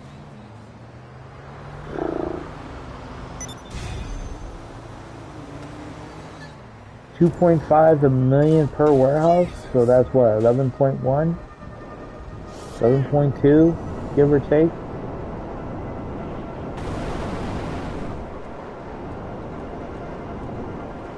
Ooh, ooh, blue dot, blue dot. Ah, it's a damn drug vehicle. You looking for a fight, pussy?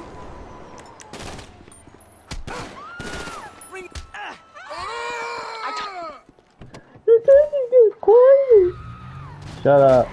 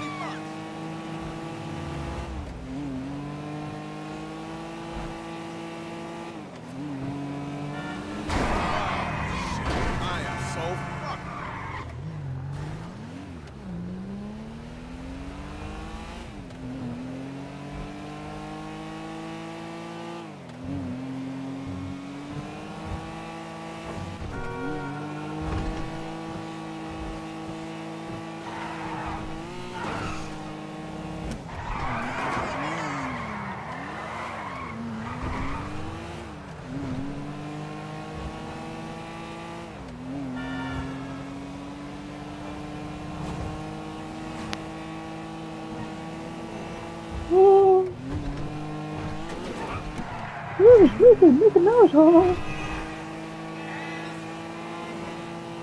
Ooh, blue dot, blue dot. What is it? What is it? What is it? What is it? Oh, okay, okay. I gotta go over there too. Blue dot.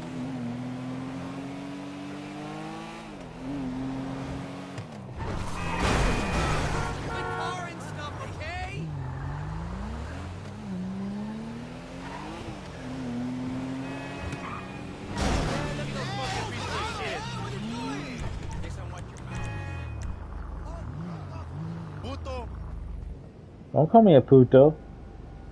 You're a puto.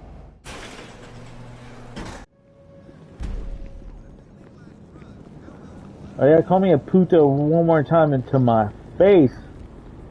I'll chop you up with my little havoc. Yeah, that's right.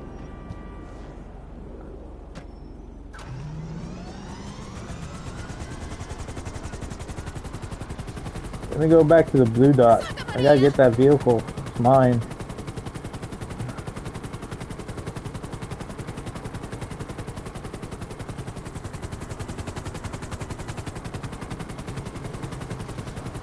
Man, this chopper, I hate it so much. One mistake, you can... Okay, thank God. I was gonna say, one little mistake, it will flip me over on my side, and that means death all the time.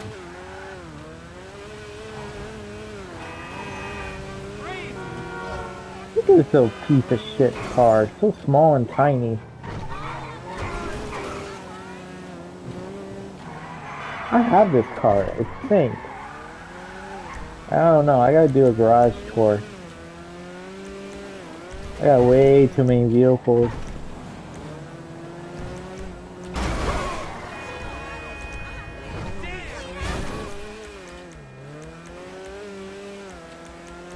There you go, the rest are empty right here.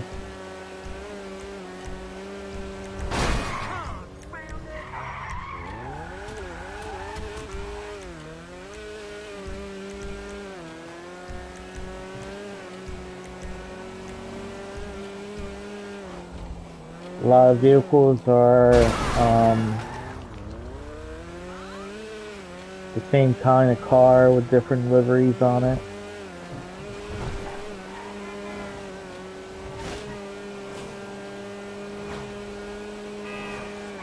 My goal is to get all the vehicles in the game, especially the rare ones, but man, it's so hard. You gotta play the arena war stuff to get those special vehicles like the space docker, the cement truck, the military semi, I don't know, so much shit is insane to keep up with. Oh, look at that, promoted, 153, what did I get? Grayscale knit sneakers, really? What would I do with shoes? I could buy clothing. I'm not gonna wear them. I got what I want, as far as what I look for.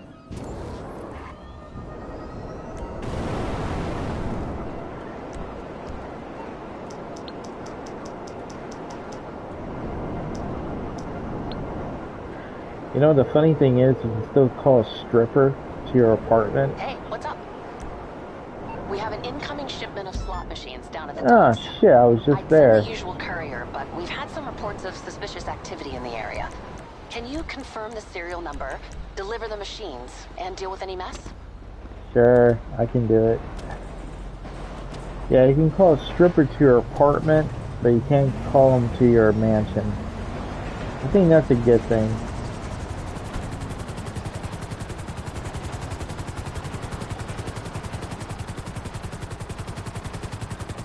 I got a bunch of strippers on my phone in the game, not real life, but in the game.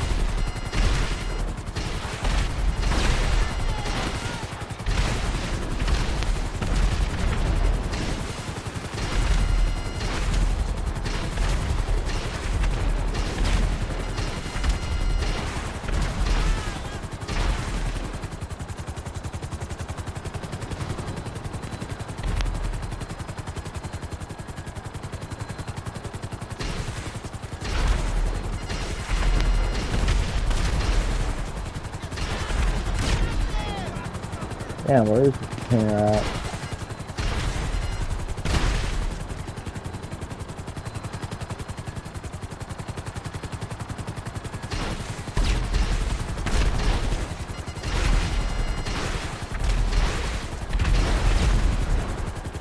Alexa, what time is it?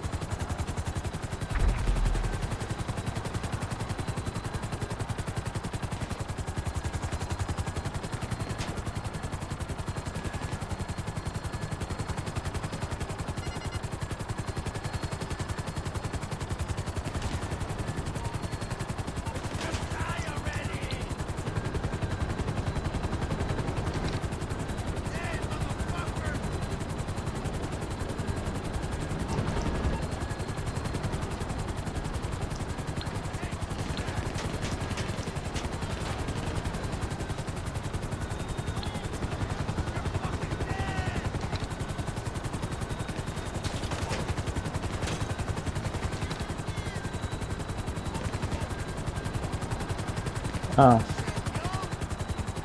Duh. It's like, what the hell? Why's it not working? Wrong container. Dum-dum.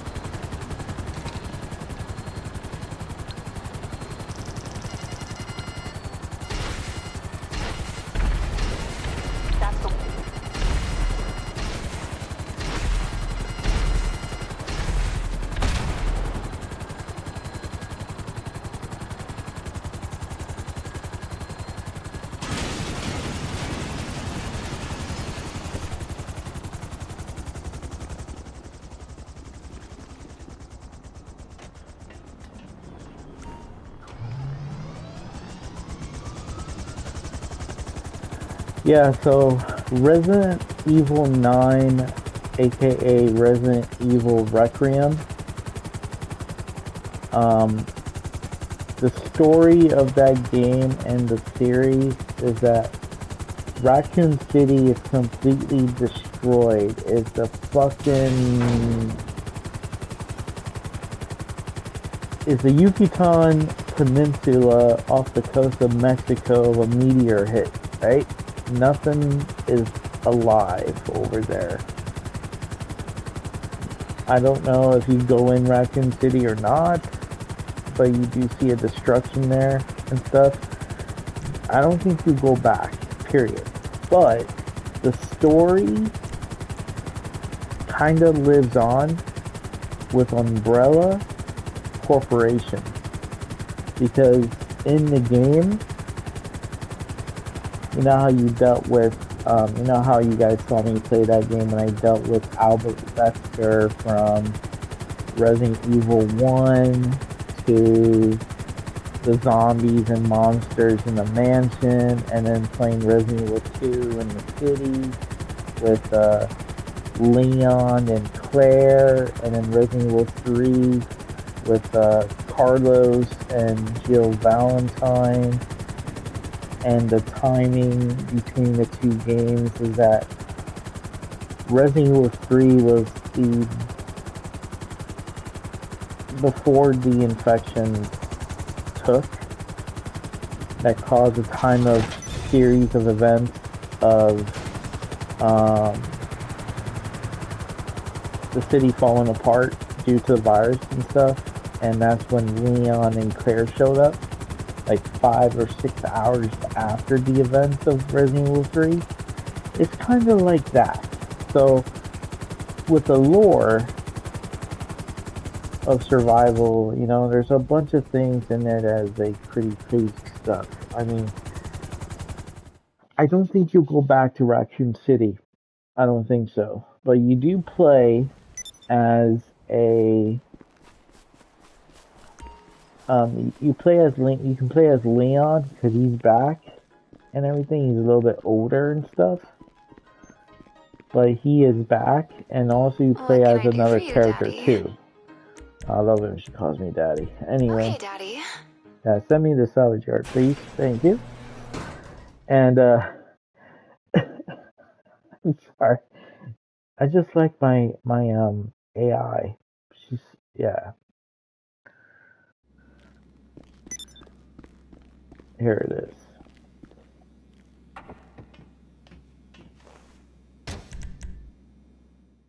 So when you're playing Resident Evil 9, the feel is like Resident Evil 7 in a way,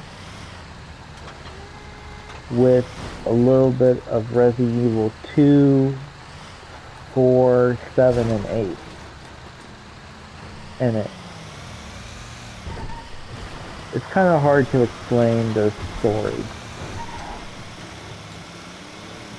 but we'll find out once it drops on the 27th of February next month. We're going to be playing that game on Friday nights, though, and hopefully Saturday, probably Saturday, late Saturday and stuff, so yeah. The game is going to be played at nighttime on Fridays and Saturdays and stuff, so that way we have a little bit of fear. Those scariness to our streams, you know? If you gotta bring like, say, a blanket, put it over you and watch, and make sure your doors and windows are shut and locked, and no one in the house with you that will sneak up on you and make you scream. Perfect.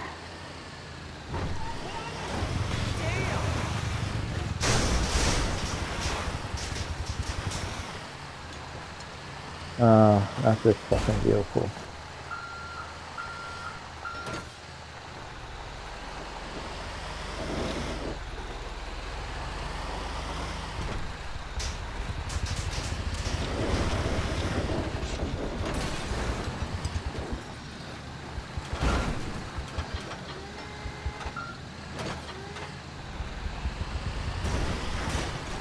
Because when I play scary video games and stuff, you know, I don't really panic unless it's like a jump scare and didn't expect it or something, or knew about it and forgot about it, you know, that kind of stuff. I don't panic like someone I know, or should I say someone we know. None knows who I'm talking about.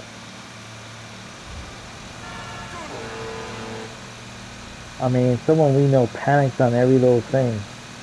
A non-scary game, he'll panic.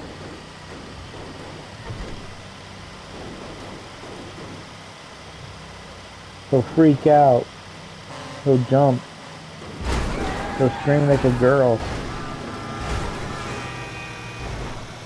Then of course Rebecca will be like, "Who's screaming like that? Who's that girl screaming?" And I'm like, it's Kessler. He's screaming over something. I don't know what it is. He has a high-pitched sound for a guy. I'm like, yeah, he kind of does. He's bringing out his inner girl. And I'm like, thank God I don't scream like that. Then she'll pick on me and say something like, oh, yes you do. Stop lying.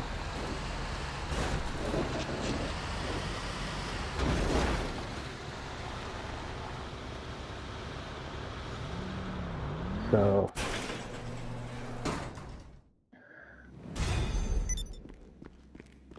Alright. Once we're done with this...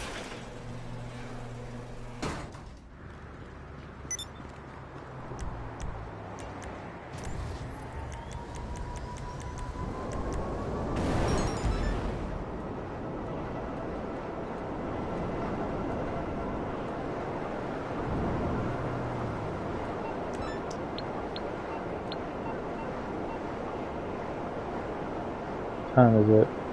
10:09. So once we're done with this and do the next one and do one more job or two, I'm gonna call it a night.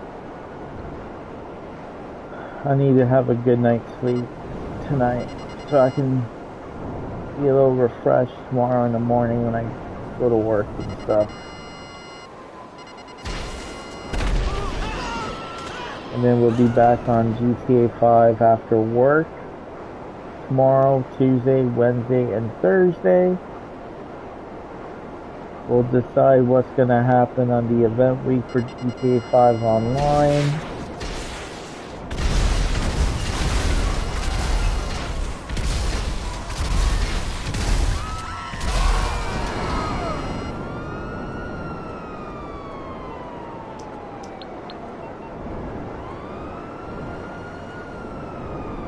Our focus is clear.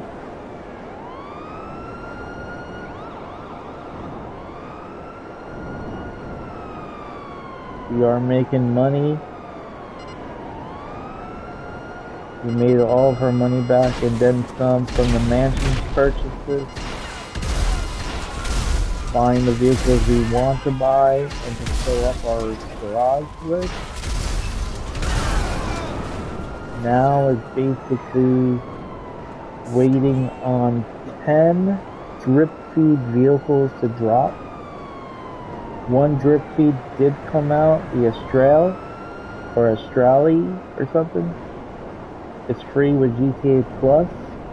If you haven't gotten it yet, get it now if you have GTA Plus. So that way, you don't run out of time.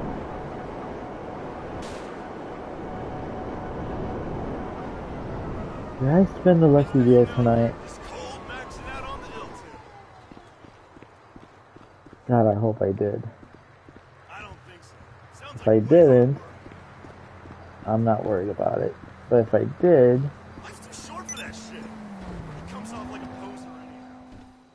I probably did. I don't know. I don't remember. Oh no, I didn't. Okay.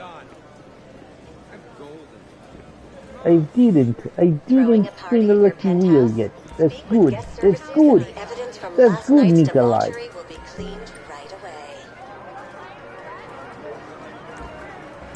Alright, let's see what we'll get. Tell me what we get. Tell me what we get. Tell me what we get. Chips. Cash. Chips. Cash. Fine. I'll take the RP. Alright, back up. Go back in. GTA Plus can spin the wheel twice. Got RP the first time. Chips or cash? Chips or cash? Chips, chips, chips. Cash, cash, cash. Chips, cash, chips, cash. Card! The Rebia GTS. What? How's that? The Diamond Casino and Resort would like to congratulate the winner of a brand new car. Ooh. I got me a car. The Rebia GTS. Do I own it though?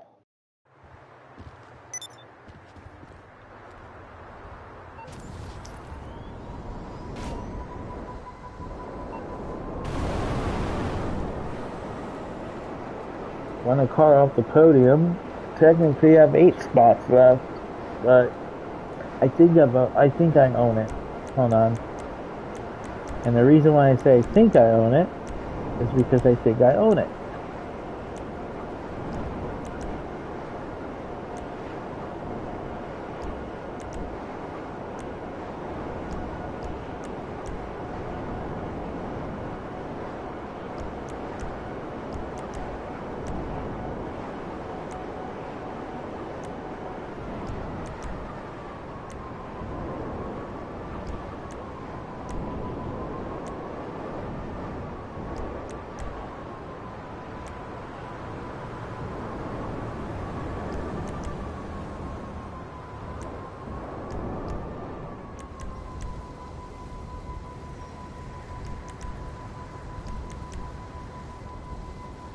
Maybe I don't own it.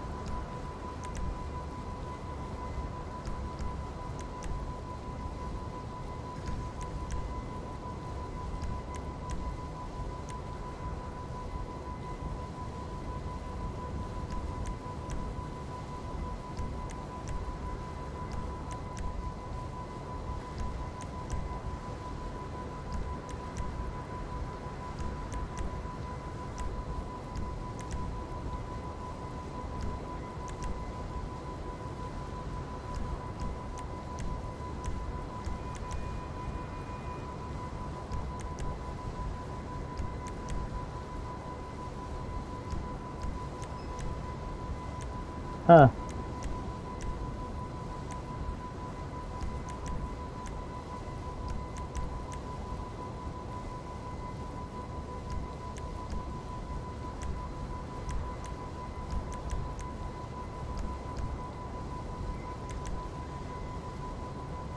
Yeah. Hmm.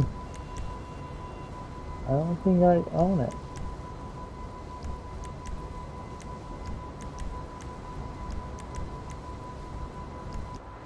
Huh.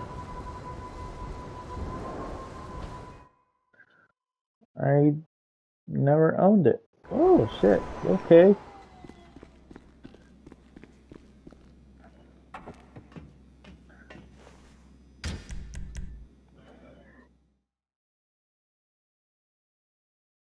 That's fine.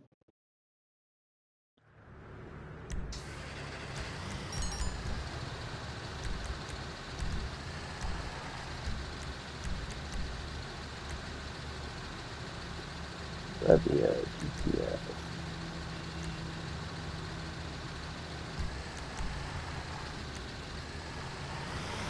Kind of crazy that I never own it.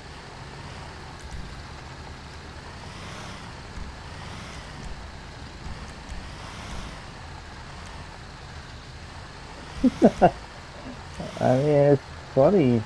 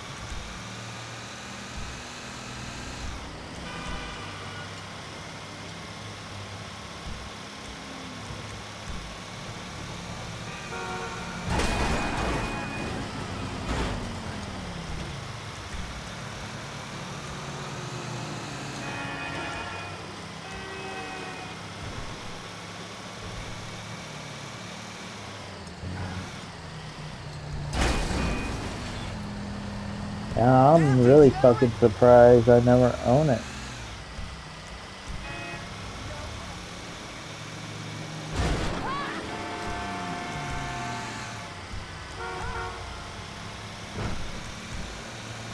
I'm just searching my vehicles, and I don't even own it.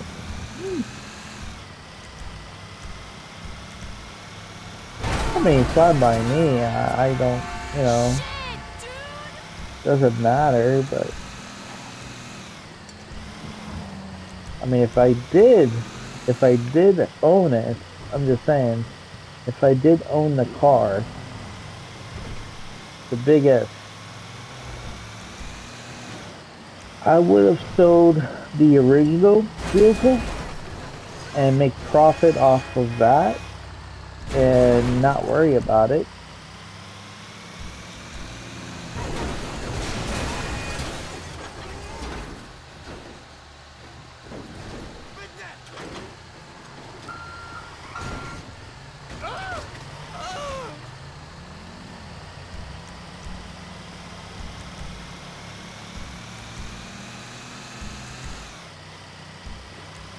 Yeah.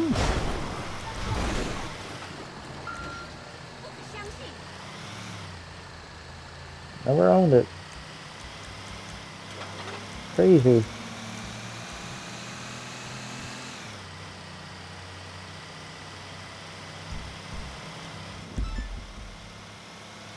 Yeah, pretty crazy. I never owned it.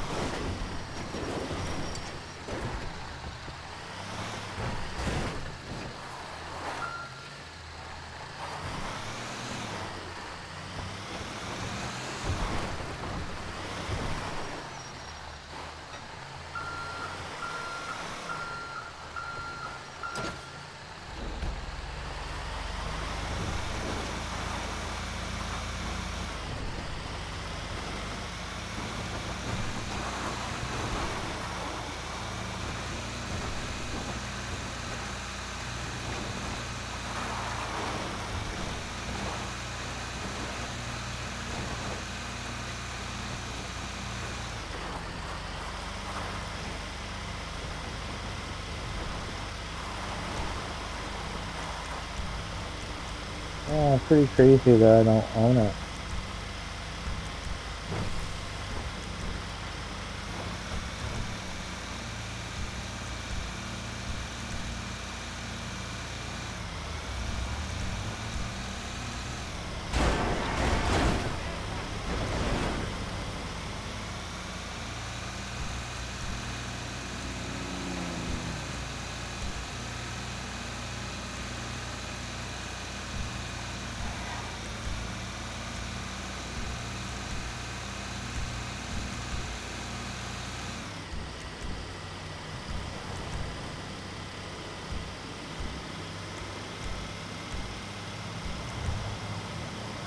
Pretty wild.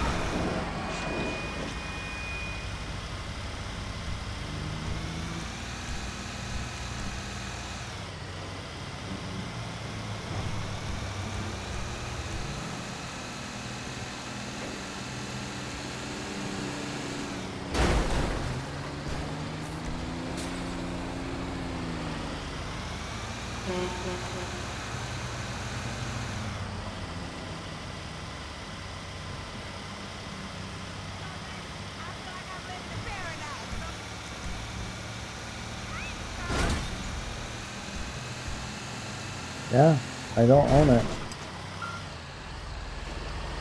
Wild.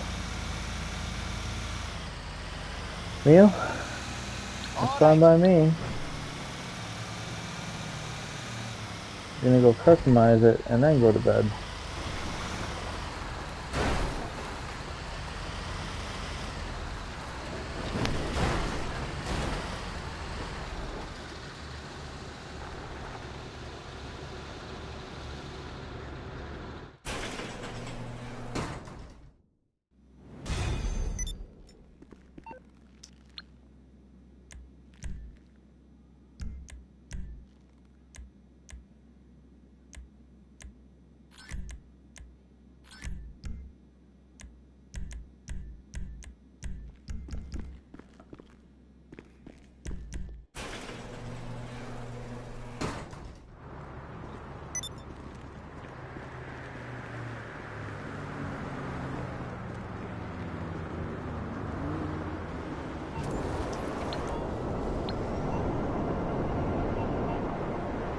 Alright, let's go customize a free car.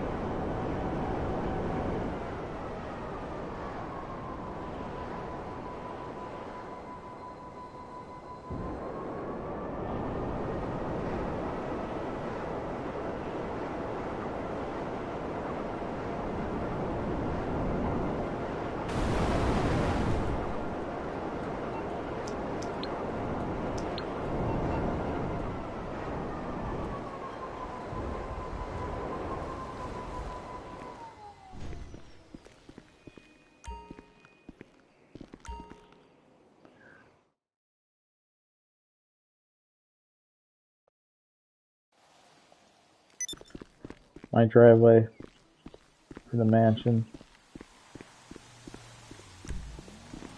Go to garage 2, garage 2. Hey, Daddy. Alright, so.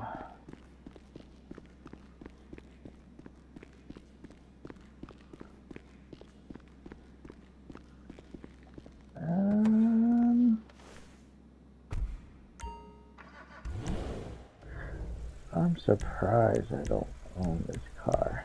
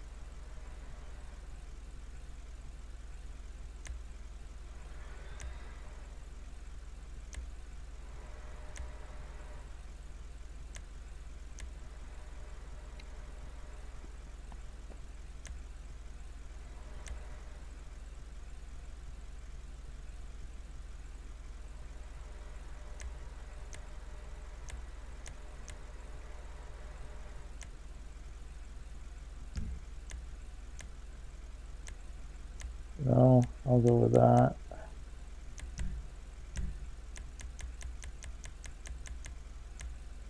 I like red. Red's fine. I'll keep the red.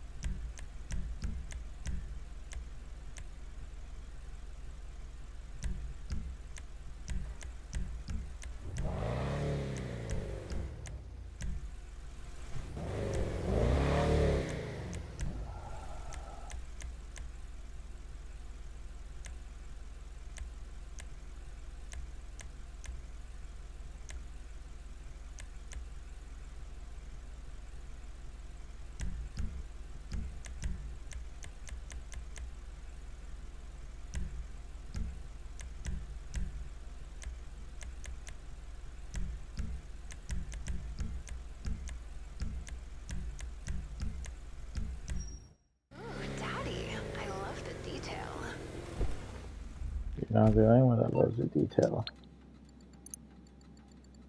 Now I got me another car. 8 spots to go.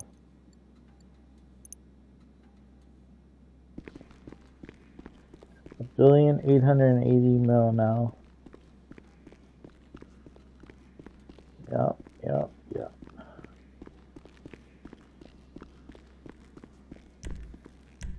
Garage tour will be coming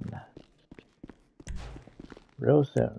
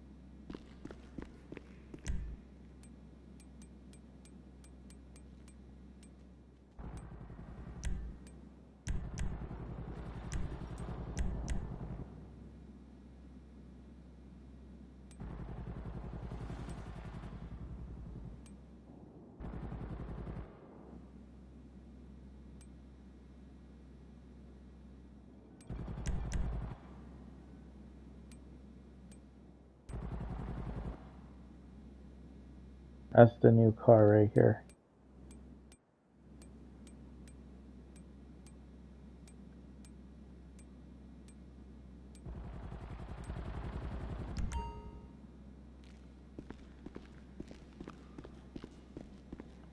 This is the new car right here. This is the one I bought from got it for free last week. It's pretty nice. I like the coloring.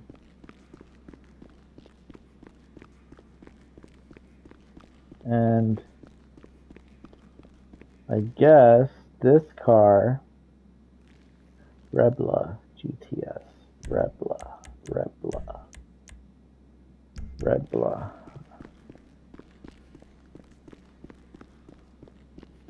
I don't know, I'm still having fucking feelings that I got it. I don't know. I have no clue.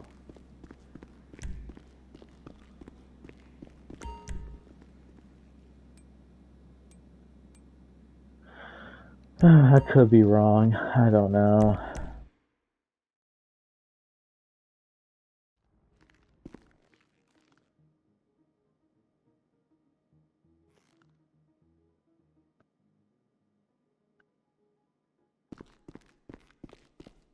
What's up, Daddy?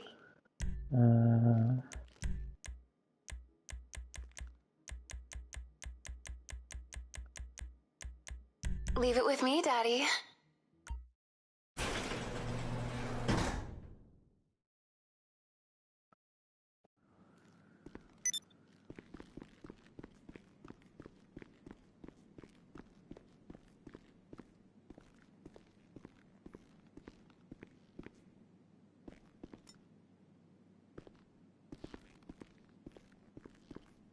How come it's not giving me the thing? There it is.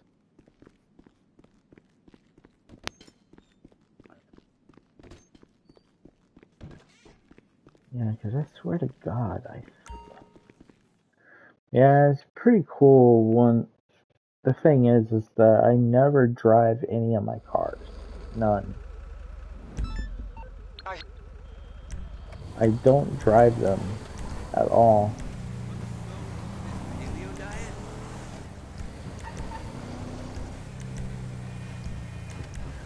And this is what happens when I'm swore I own that type of car and I'm searching to see if I do own it back to back times. It's funny. To me it's funny because you would think you own it. Hey man, what's up? Hey, what's going on?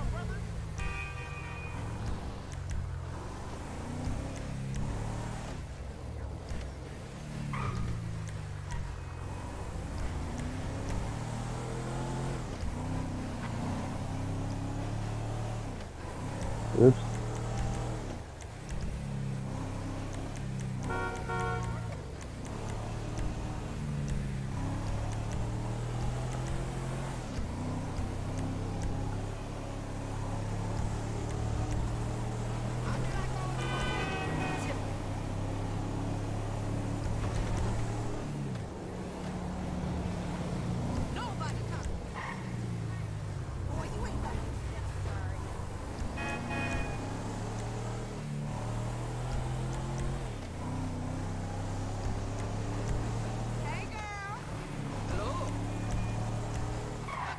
Yeah, guys, I don't think I ever owned it. I'll take it. Might as well. I'll take it.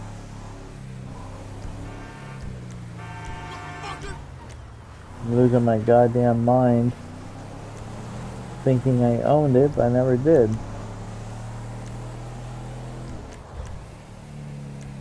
Which is perfectly fine. I mean, it doesn't matter, but...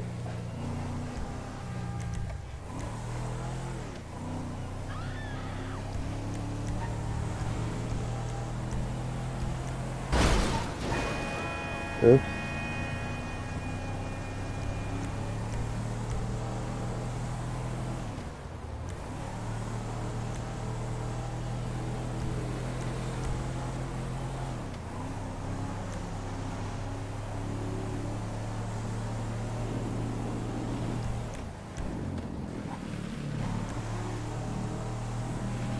That's fine.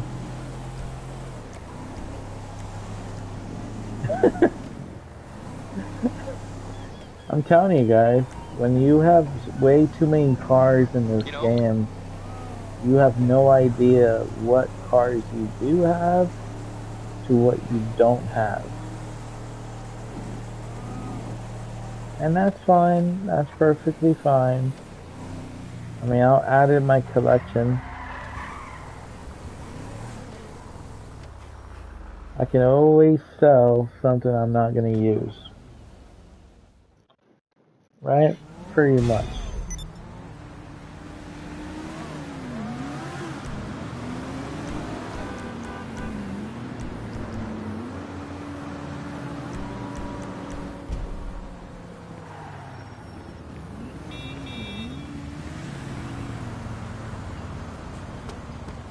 I got too many cars.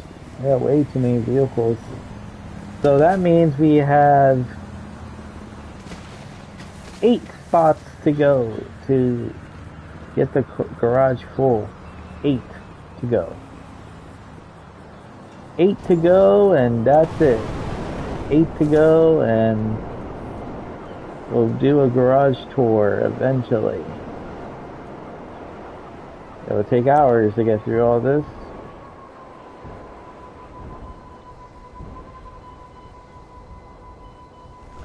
I hear it. Where the fuck is it? Uh-huh.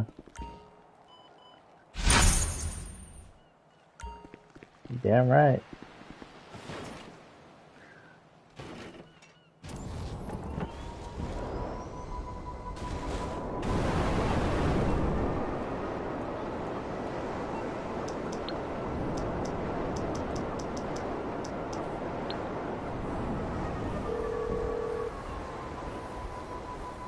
Hello, hello. Okay, gonna...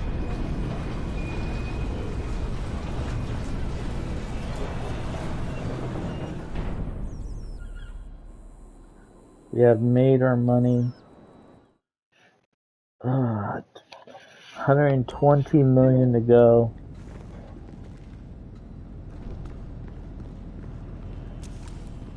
And yet, we're gonna have to spend money again for this.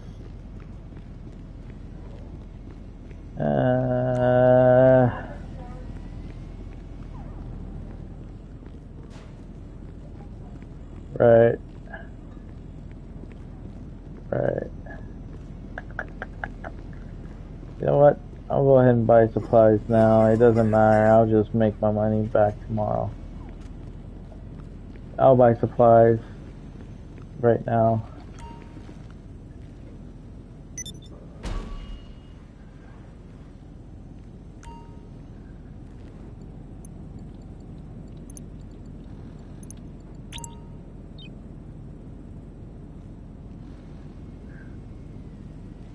No longer 120 million away. 121. Once the supplies comes in, perfect.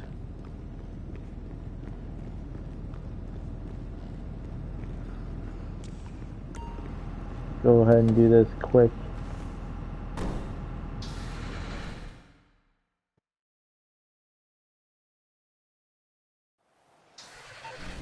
Alright. Yeah, that's because I was doing a tour without commentary. When you do a tour without commentary, just see vehicles and you just going up to them one by one. You'd be like, oh damn, vehicles are nice, but what are they? You know?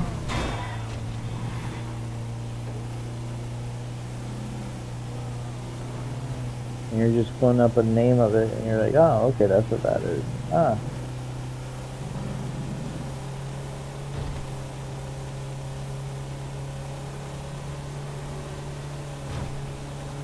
I can't see. It's so goddamn bright.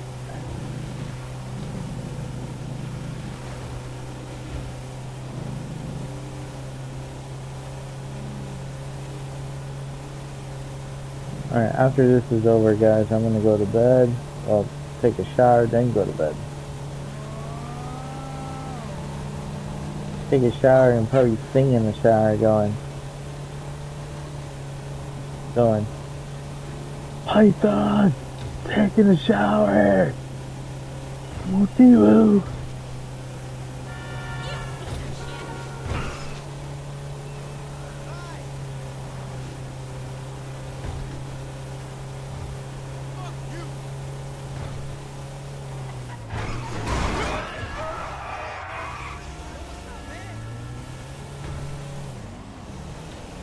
Ah,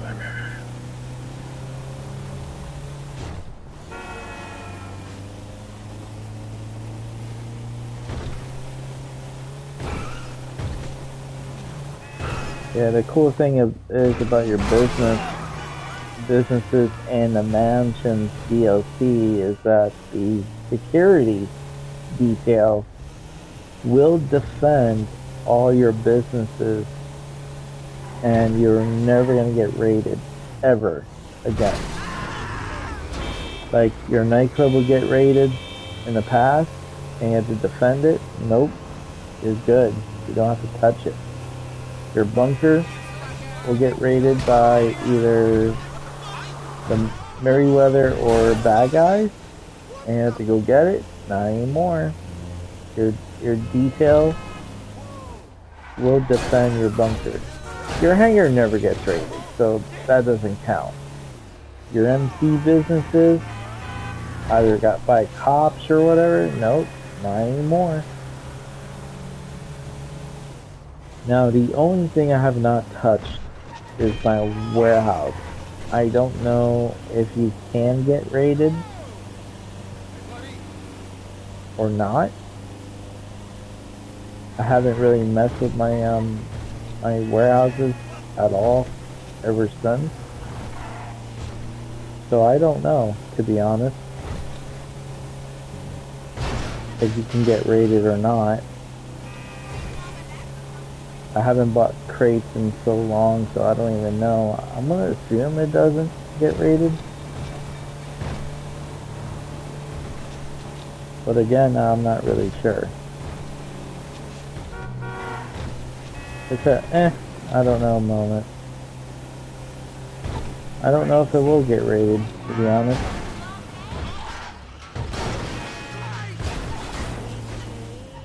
And of course your vehicle warehouse never gets raided either because, you know, it's cars.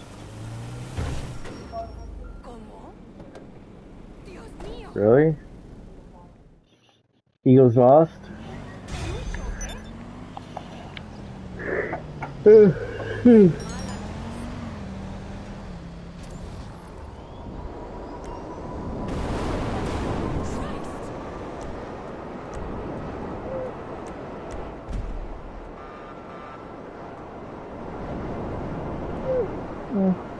knows?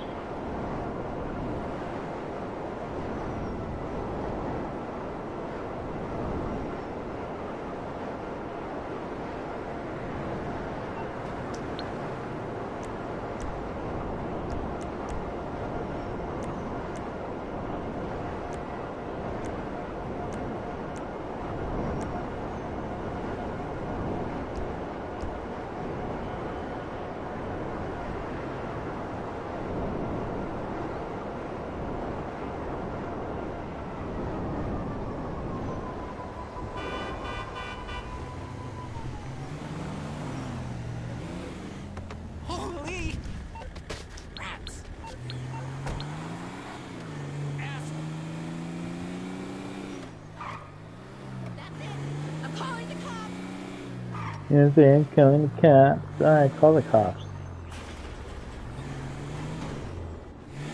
Getting sick and tired of self-driving cars in this game now.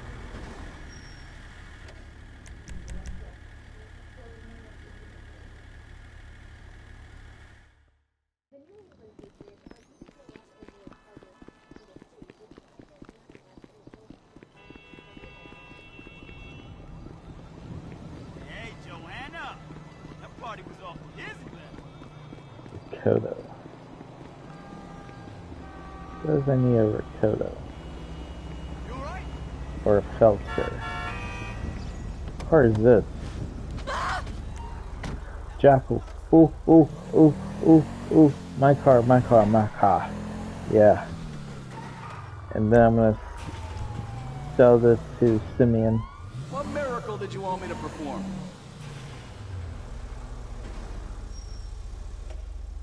Respray, please. Make it chrome. Then I can go to bed. Alright, we're gonna sell this car to Simeon. And then there you go, I made my money back. $75,000 worth of bullshit.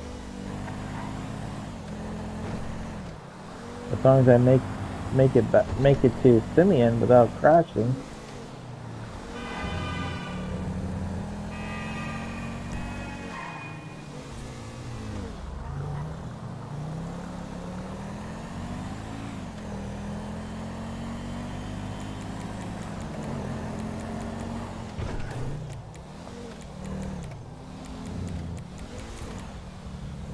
Ooh, blue dot, blue dot, blue dot, blue dot, blue dot, blue dot. Low assurance. Yeah? Yeah, low assurance. Let's do it. Yeah, low assurance. Yeah, there you go. Low insurance money. Let's pull something out of his ass. You pulled something out of his ass and gave us $7,000.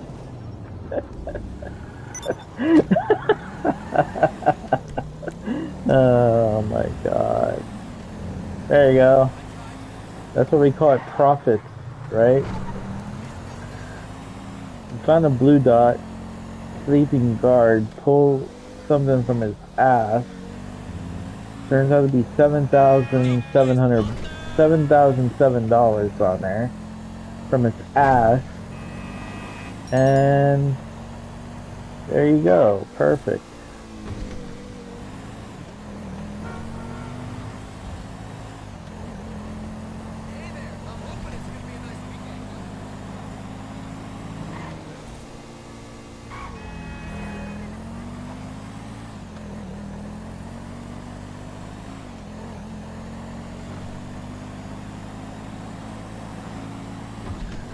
I don't like chrome.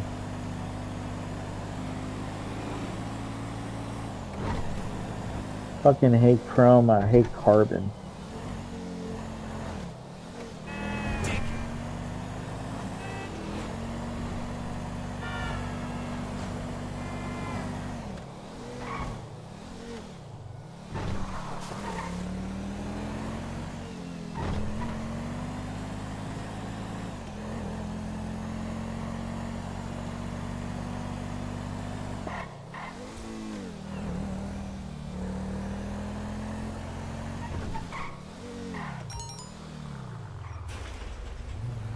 Nice. That's the one we want. You better be. Shit. There we go. That's what I'm talking about.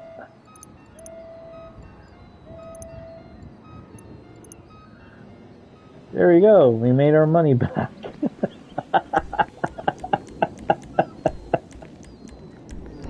Yeah, there we go. We made our money back.